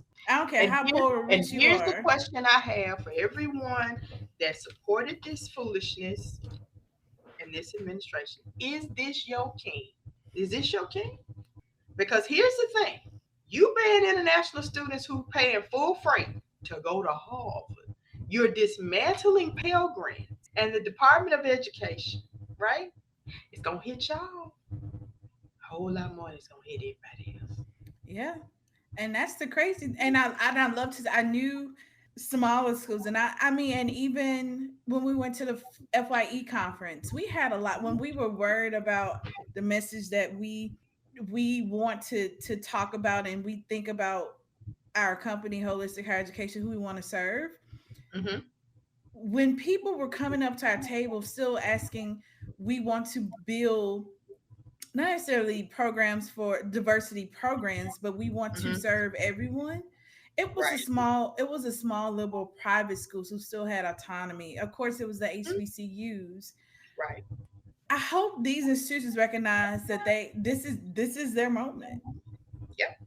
This is I their mean, moment to if they shine. don't capitalize on this moment, it's when by the end of the summer when some people won't be able to take that vacation, or they won't be able to send their children to school. What do you mean the Pell Grants are going?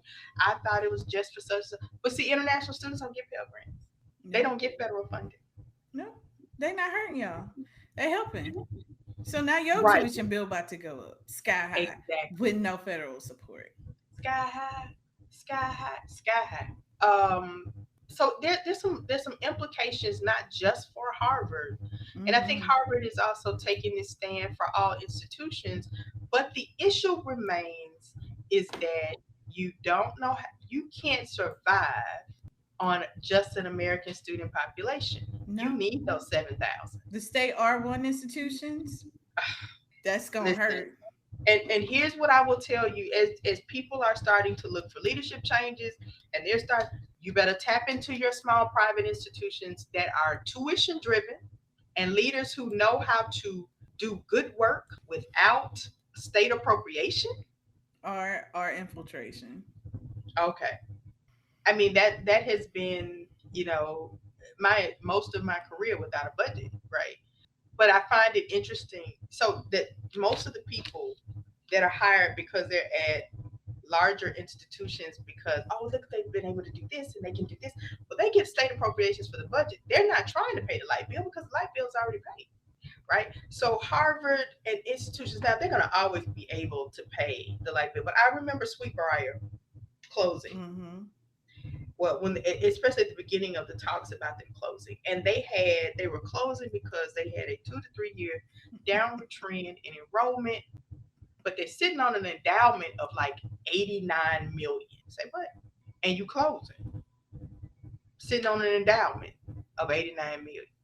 I know That's some a perfect. institutions with less than 10 million and a downward trend, and it's still working. They're still putting everything that they have into their students.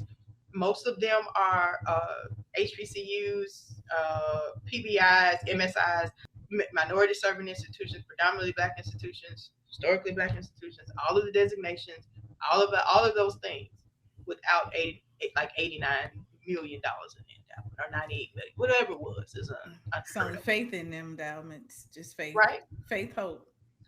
So now these prestigious, predominantly white institutions who have had multiple, huge research grants, who have a large international population, who have every student, unless it's like Brown, where someone gave them 200 million, so nobody pays the gap, Mm-hmm. right?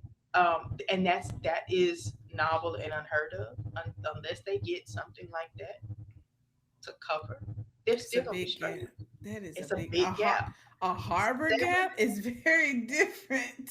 7,000 international students. 7,000. That means you losing grad student support. That means you need more faculty. That means you need more grad assistants and more Mhm. staff to build like that. Like it a lot. Like that's Or you're gonna lose faculty, which yeah. means you're gonna have to Replace double, file triple. exigency for some departments. Mm-hmm. You're going to lose research dollars. You're going to lose research faculty. You're going to lose teaching faculty because you got to teach, right? But if you don't have the students, which means we are literally cutting off our cutting edge research and our ability to be leaders in certain areas because you don't have the international student enrollment to fund the research and to fund other students. So he thinks he's hurting Harvard, but he's really hurting American students who don't have to pay as much because you've got international students paying full freight. He don't know that because he ain't never had to do that. I Right. don't even know if the Trump children got the college degrees. They do, they were about. Probably, allegedly. So I think this is very key in the way in which we're watching in horror the Trump administration destroy the institutions of America, right? Like the Constitution, education, um, civility, and honor. Um, it's sort of like what we deal with sometimes with some leaders and presidents of institutions who come in doing a lot of slashing for things that they have not taken the time to fully understand. Mm-hmm. It's the same. It's the It's exact the same. same thing. We've seen it, we've experienced it, and you're cutting $200,000 off of, how shall I say this, athletic budget. And then the next year you cut another 200,000, which means you cut it 400,000, while the prices of travel have gone up for athletics. I don't know what to tell you, right? Because you're not really taking the time. If you don't cut, you've got to understand what the budget and what it requires.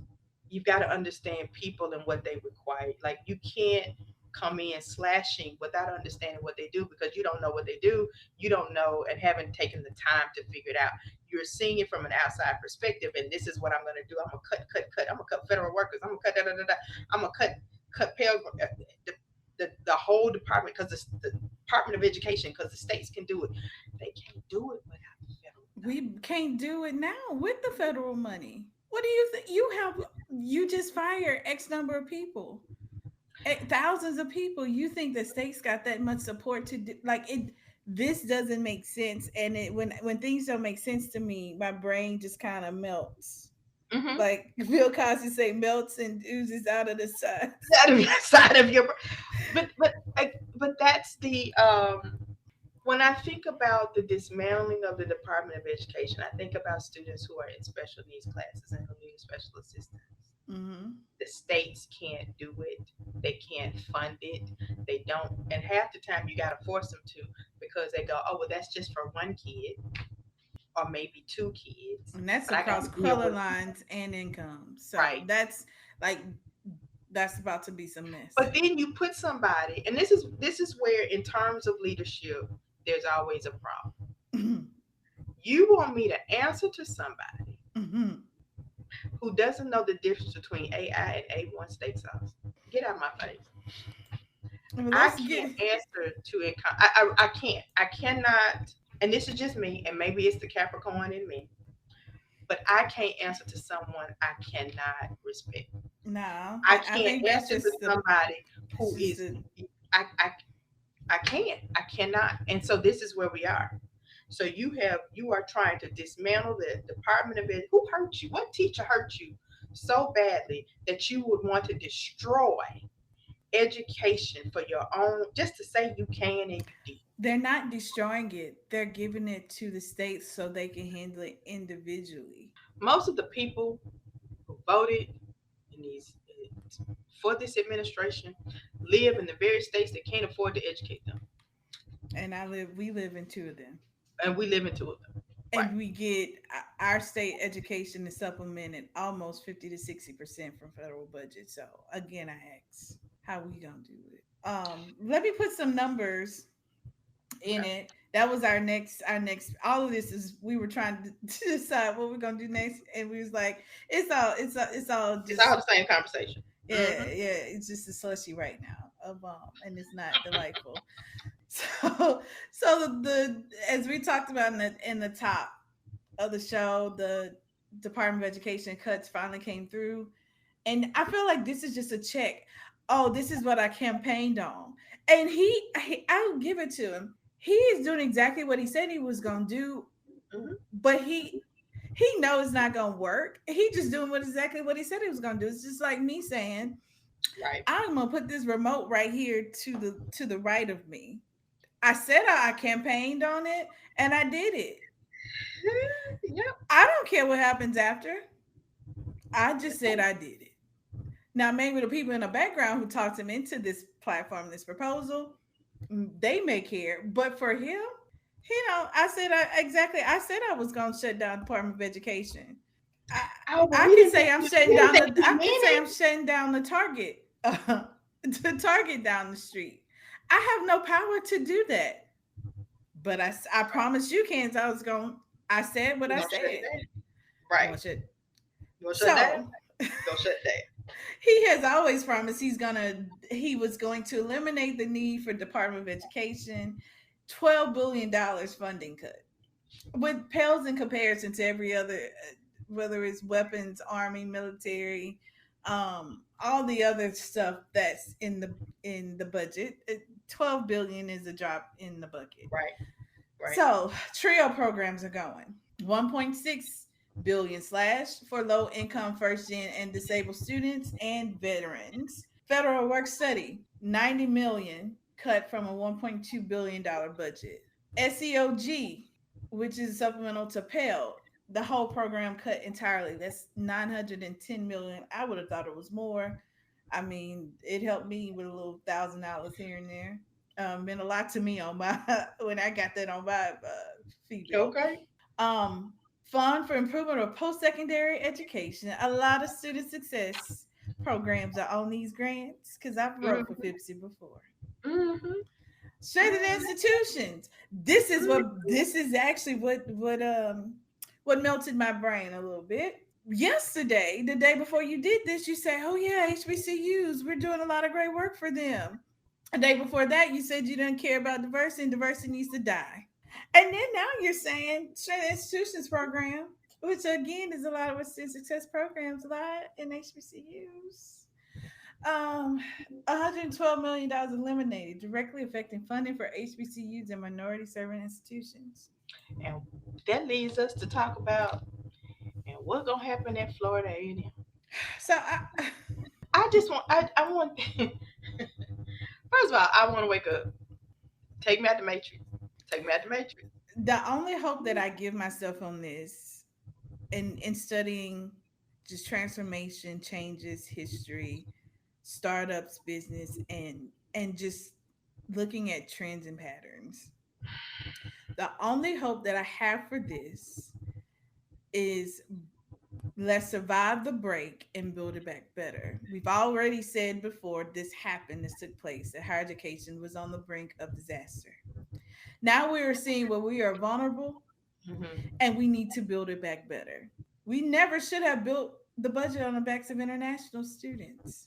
Yep. We should have had a fair budget to keep the students we have. Whoever's enrolled is enrolled. Keep them, and we don't have. If we can keep the students that enroll at least 80%, 90%, and have the services to do that and the culture to do that, we don't have to worry about money and losing a whole population of students. So if we're able to build this back better, we can survive on our own.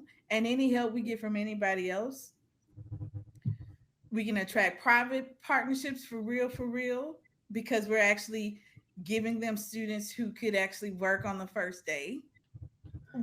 We could change. So that's my only hope is let him break it. Let's let him test this. We've already see where weak spots are. Let's build it back better.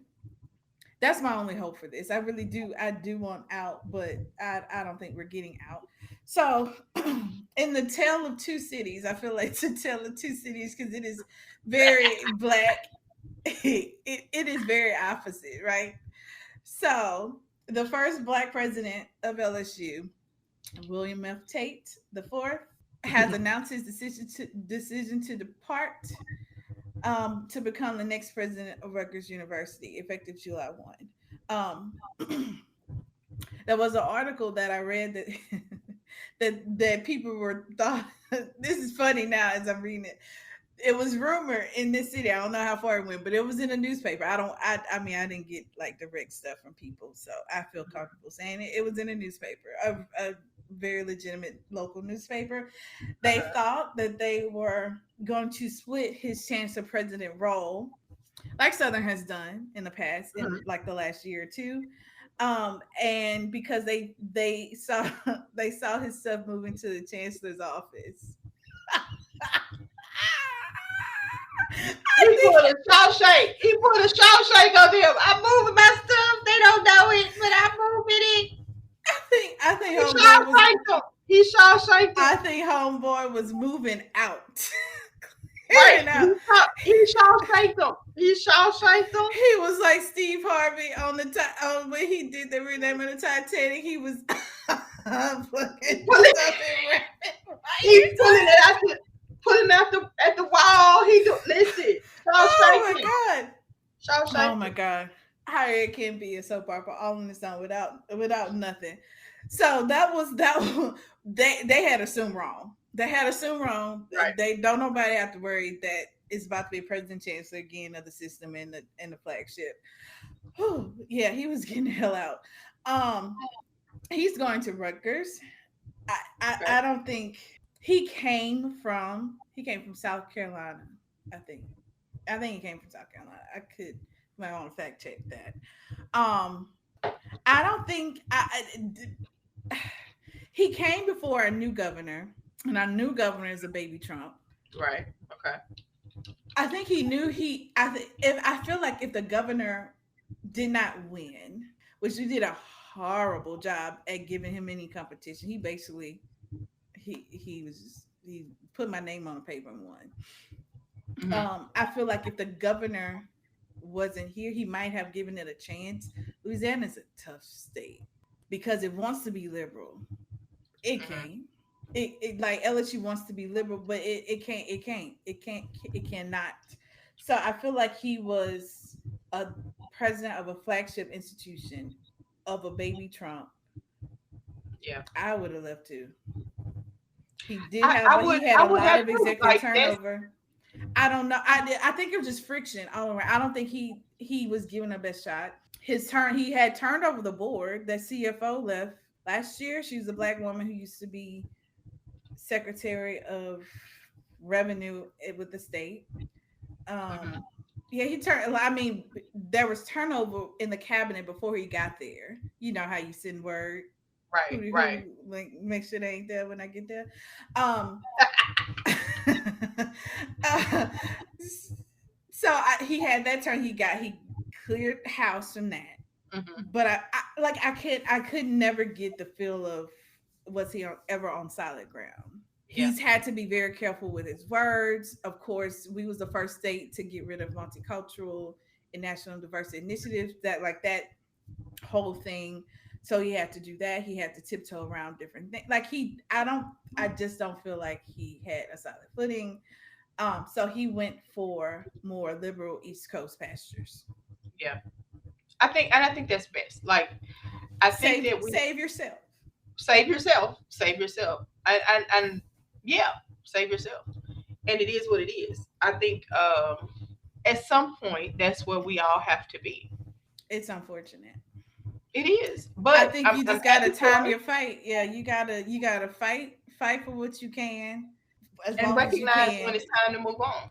But he and have some Shawshanked him. I peace. gotta give him props on that. He Shawshanked him. He pulled it. He taking everything I did out of it, little by little. Which means he didn't take again a lesson for the young people. He didn't tell anybody, not his assistant, not anybody, unless he brought his assistant. He might have told his executive assistant, but the receptionist in his office didn't know nothing because it would have been all over that campus. But he's out. I Yeah, mean, buddy. gotta love that. So let's talk about another conservative state with the ooh, this is trash. Florida A&M Florida A&M University has appointed Marva Johnson, a black female, as a black woman as a 13th president. We don't have anything to say. Listen. Because this is the same exact thing Tennessee State. Right. Well, do we know that I we don't know their president yet, right? no, No. we don't know just yet. But what I Okay. Tell the two um cities, yeah. MAGA governor. It looks good without understanding her connection to Ron DeSantis and Florida A&M. Florida A&M is a One of the big leading deal and got institutions. good money supporters and Yeah. celebrities. And we talk Yes. about losing 7,000 international students for Harvard. Them few alumni who wear the Rattler proudly on their chest, Yes. they pull And them then dollars. one thing about HBCUs when alumni pull support, you are in trouble because HBCUs will ride or die. But when you have your celebrity alums trying to fight this and they pull support, you are in for trouble. Now, they also want to do this because and so it's going to be double edged. So they got to strategically they got to get her out because if you pull the support, it'll only give more fodder to what they want to do is give Florida A&M over to Florida State, I believe. I mean, that's a conversation for another But podcast. what they can do is keep highlighting her inability and her ignorance about higher ed and higher ed policy. You had qualified candidates, so it's clearly a setup. I So need to like talk to everything else, Jackson State alum. mm, And I'm not gonna say anything more. I don't. We don't want to get. We don't have nothing to sue for. But I I mean, it's allegedly higher. But I'm just saying, y'all may need to get on a conference call with Jackson State I University because it's the same. It's the same thing. We it's the are same seeing thing, this now. People are not seeing it, and I hate to right? be the conspiracy theorist. It's not a conspiracy anymore. It is It's very not. blatant. Just gotta It's not. tie it. There's been other. You look at all the HBCUs in conservative Hmm. leaning states. You see how the states govern the boards, Right. right? You pick who you want to put on the board. You see that Tennessee, that's a different kind of thing at Jackson State because it's an IHL, but still state run board and control. I'm just saying, if you need somebody Well, out, if you need somebody uh, out quickly, who don't need to be right. there.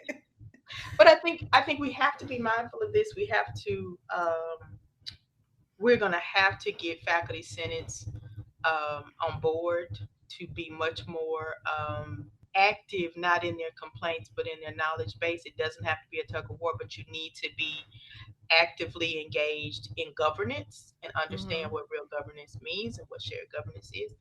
You have several positions that will be open and searches are going to be done. Even Jackson State is now has an interim president right now.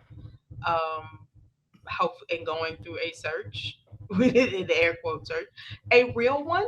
There are enough qualified search firms so that when they do things like this, or when governing boards or like IHL, or as we came from, which is institutions of higher learning in Mississippi, or Governor DeSantis, or in Florida, or Council of Post Secondary Education in Kentucky. Those are the two that come to mind, of course. That if you don't have integrity in the search, you cannot have integrity on the ground. Nope. You have to have a true heart. Now, what as long as Florida A&M has been not just has been a leading institution in this country, right? Mm-hmm. Not a leading HBC. This is Florida A&M has been a leading institution in this country. How dare you saddle them, and how dare you and how dare you saddle them with a president who cannot lead this leading institution? But Because that's the board. The board like that eight is 8-4. 8 to right, four but four that means votes. that board Stacked. is stacked. So while what we have to do is stop going to meetings in full faith that everybody's gonna do the right thing. But see, they met before the meeting. They're gonna Mm-hmm. meet after the meeting. Mm-hmm. So you got to meet before they meet. You got to you got to meet before the meeting, just Before the like they meeting. meet before the meeting, Yeah. and you got to You meet gotta after. have a pre meeting. You got to meet before their meeting about the meeting that y'all all gonna go to.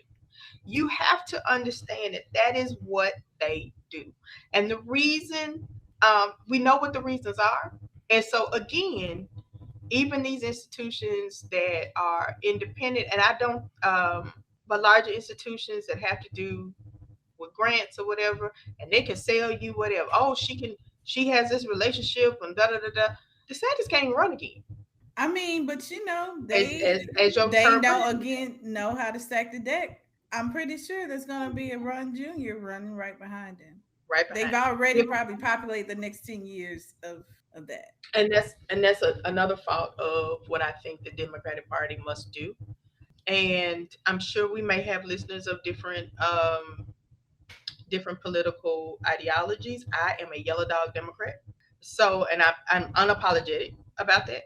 Um, but the Democratic Party We're has not to. ashamed to say that With, they in no, trouble. they're in trouble, and so what they have to do is plan not just for 2028. You gotta do They it. have to plan for 2032 and 2034. Who are you stacking against, and what are the moves now? Because whoever is running in 2028 and whoever has been, the rallies need to start now. The Yeah. reason that the cult of MAGA has come, has gotten so large, and so because it was constant. Who is your front runner now? Because the rallies must start now. It was very illogical. It was very against all the rules. It was very they Hmm. knew how to they know how to influence. They know Hmm. one lot like they know information, the real stuff ain't gonna get to the real people who need to make the real decisions, voters. They are okay with just saying whatever And here's to the control reason the why it message. exactly, and this is the reason why it worked. Since the Revolutionary War, rich white landowning men have been saying, if you to poor white men, if you fight with us, you too can be a rich white landowner man. They have done this in every war, Why every change the last, tactic now?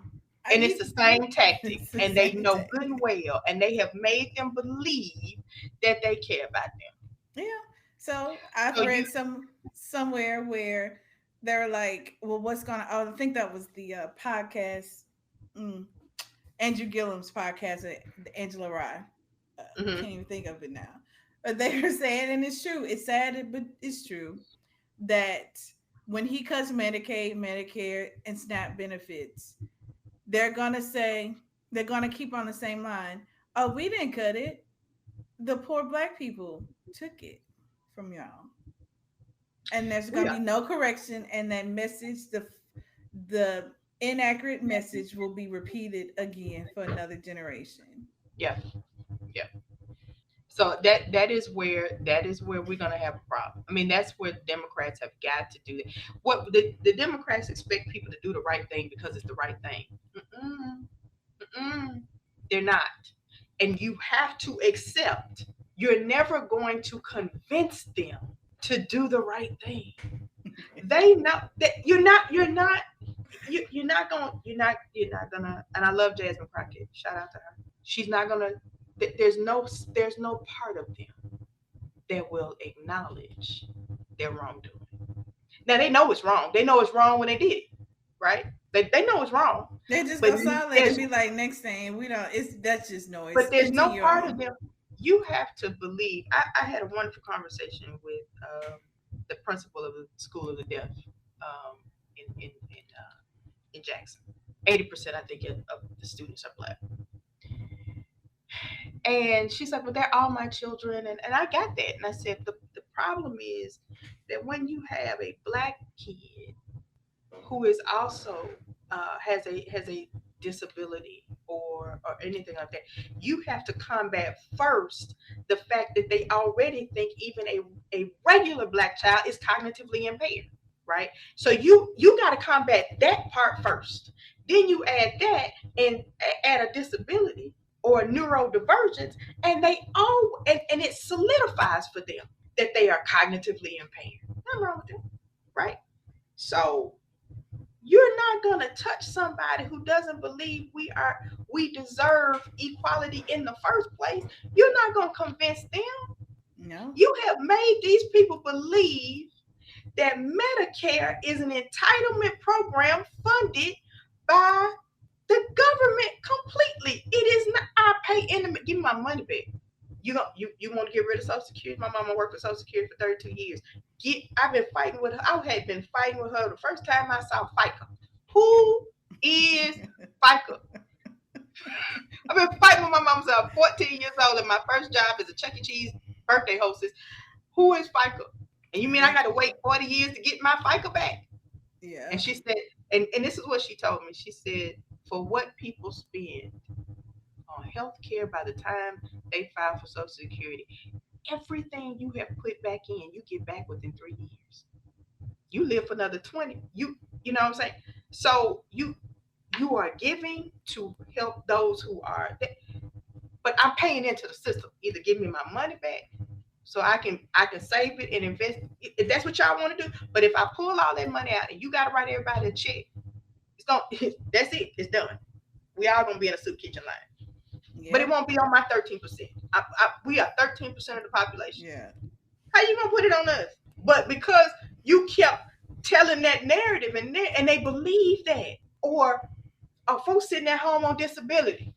I had to tell a student, this is when I was teaching at Southern Illinois, at Edwardsville. I said, in order to get disability, you gotta pay into the system. In order to get unemployment, you gotta pay into the system. They not sitting at home on disability. They pay. Yes, some will, some may. But for the most part, people who are on disability should not be vilified because they paid it. You got to pay into the system, get something back out. And even with unemployment, I said, who you think living off $230 a week? Anybody eating bonbons off of $230 a week? Nope. Not these prices, not these days. But if the Democratic Party doesn't start doing their own rallies to get independents, to get people who are, of course, undecided, if they don't start doing this, follow the playbook, because they got a hell of a playbook, we're going to continue to have Marvin Johnsons at our institutions. Yeah. Particularly our state-run institutions. Yeah. Now, private liberal arts institutions, it's your time. This is your time to shine. This is your time. Yeah. because you are not bound by state appropriations because you've been struggling all this time. You know what it's like, and you better go get these children. Yeah. The one thing I can always say, and I'm proud that I am a Tougalooan, and I tell this, they have tried, the state of Mississippi tried to get that charter, and we decided as an institution and as an alumni, long before I was even a twinkle in my father's eye, and my institution decided we would rather struggle than be beholden. Smart. And now, not being beholden, not having to deal with that and be a state run institution will work in their favor. If Yeah. small black colleges who are now struggling, now go back, go get them. But you got to, yeah, you have to get strong leadership and quit playing the games. And that's, and yeah. So my parting thought, because this is a fire that we don't see being contained no time soon. There's always new fires that pops up for higher education, and we have to work on this article together. Mm-hmm. We need to. We're gonna put out a white paper. I'm not even gonna say soon. We're gonna put it out a white paper about At some point. uh, AI in the wave of teaching and learning. We've Mm-hmm. always had these phases with the computer and email. Like we don't adjust well in Right, education. We don't adjust well. right, Either we don't adjust well or we hop on the bandwagon way too quick and forget about the core things. The core thing for me is what higher education has always been. And I know it's a fight between soft skills and hard skills and we need, we need them directly into the workforce, whatever. For higher education, it has always been the difference of thinking critically, critical thinking. And I think that's what's missing yeah, in every course, every discipline is critical thinking. And that needs to be very core, especially first year courses, mm-hmm. because we don't have for degree people to buy into this. Right, We don't read anymore. We don't check facts anymore. We don't put pieces together. Just like you were in class and you had to connect the dots of, are you right, just repeating things? mm-hmm. Mm-hmm. If we focus on critical thinking and make it a core, AI will never ever be able to get ahead. And we can actually produce students who would be the next critically thinking voters in this country to make Right, critical decisions, because it is getting very hard to tell the truth and the lies. And it goes back to you, mm-hmm. English professor. But in Mm-hmm. all courses, when you do research, can you tell the difference between a Snoops article, a Fox News article? Give me a liberal, a, Uh, a Post, yeah, a Griot. Can you spot the difference and tell the perspectives, and can mm-hmm. you derive the truth? Yeah, Like you, that's you, critical. Like, do you right, know if this is an AI produced article? yeah, I'm did my you know, research for this podcast, and I'm creating lead-ins and stuff like that. I had the information. I had it. I knew what was mm-hmm. right and what was wrong. Mm-hmm. When I put in, can you summarize? Give me a summary of the testimony that the Secretary of Education went to the last Congress, and I put the date. It was the wrong education secretary and the wrong testimony. Mm-hmm. Mm-hmm. I said, "Excuse me, current secretary is Linda McMahon, and this doesn't match with the rest of the stuff." Oh, thanks for pointing it out. You are absolutely correct. Linda McMahon opposed all of the defended all the budget cuts and elimination of the Department of Education. So if we But can go back here's the to thing. redoing, like rethinking about the core things, which is a part of student success, and my whole platform of redesigning teaching and learning, and getting away for the things that we've been like held so tight to for 100 Mm-hmm. years, and the way we've done it. We're Higher education will always be behind, and we will Yeah. always have this discussion of is a higher education degree worth it anymore?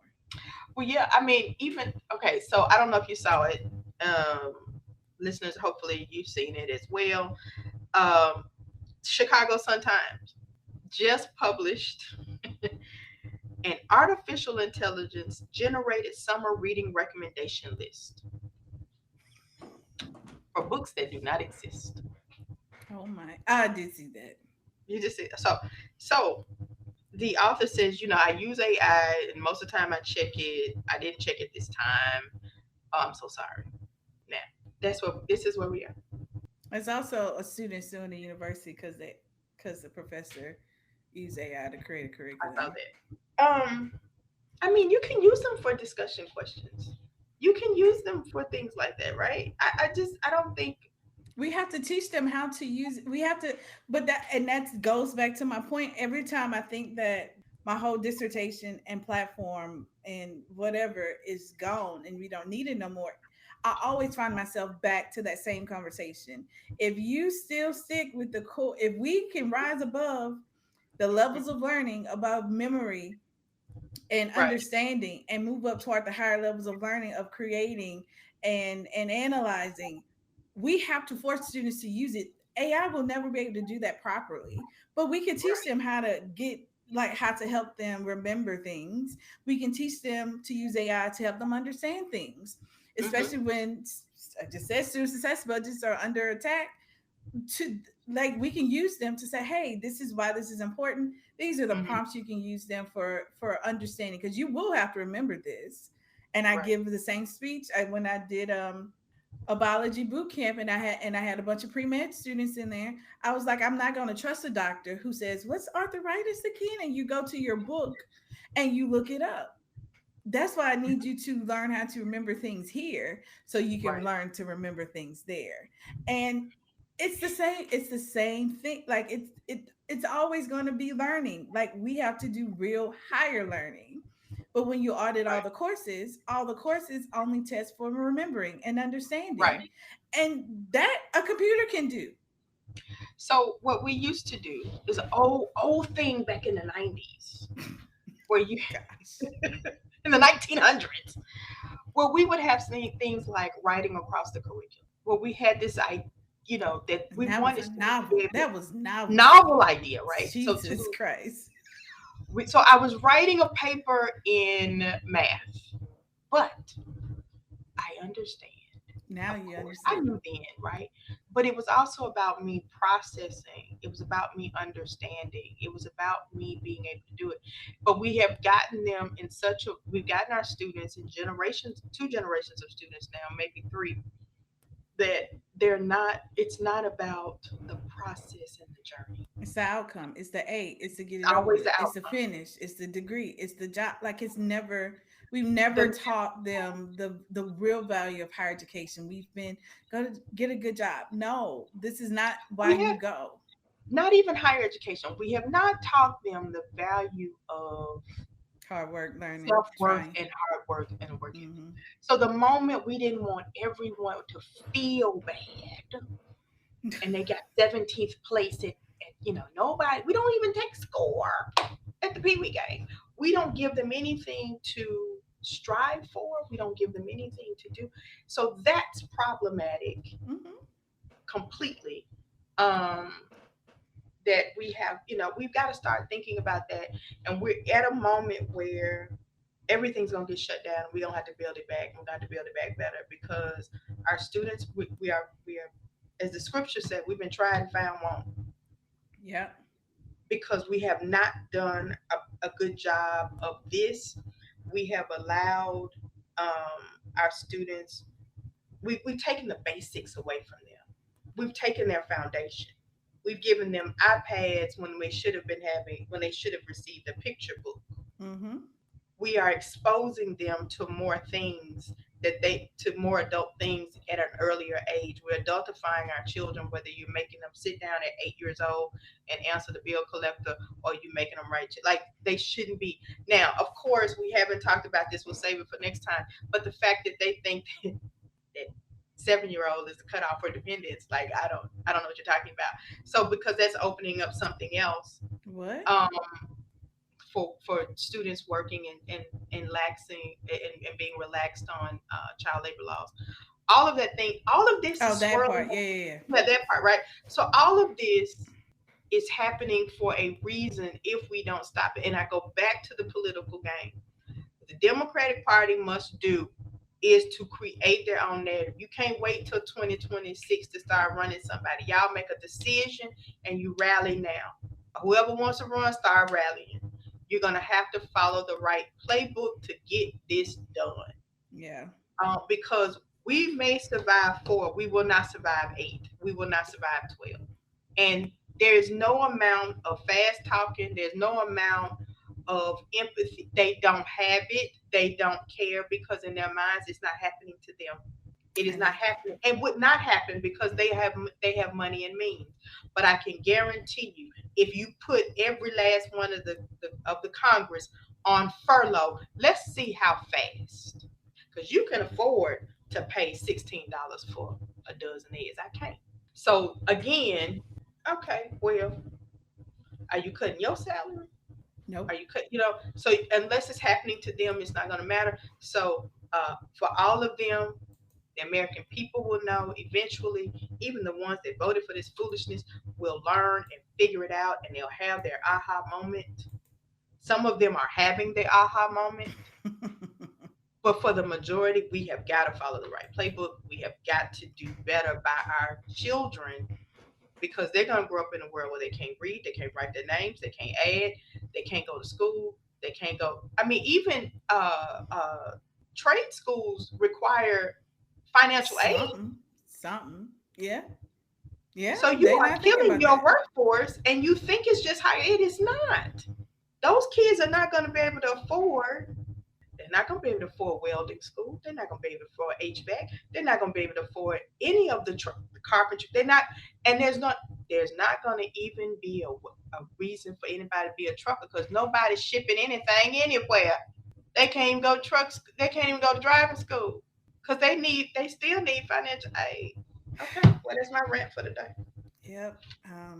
My brain is oozing down my ear. So thank y'all for joining us.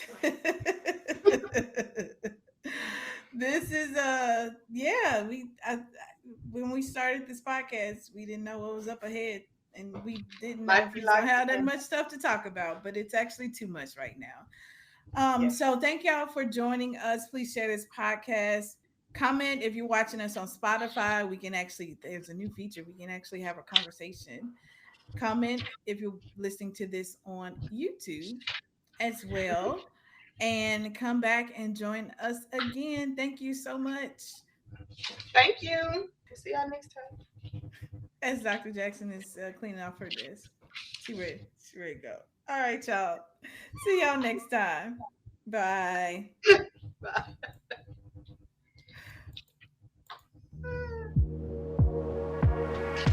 Thanks for listening. This episode was sponsored by Holistic Higher Ed Solutions, committed to enhancing student success. From coaching to planning, our practitioners empower institutions. Ready to transform? Visit holistichigheredsolutions.com and let's revolutionize higher ed together. Be sure to subscribe, review, and join us next time.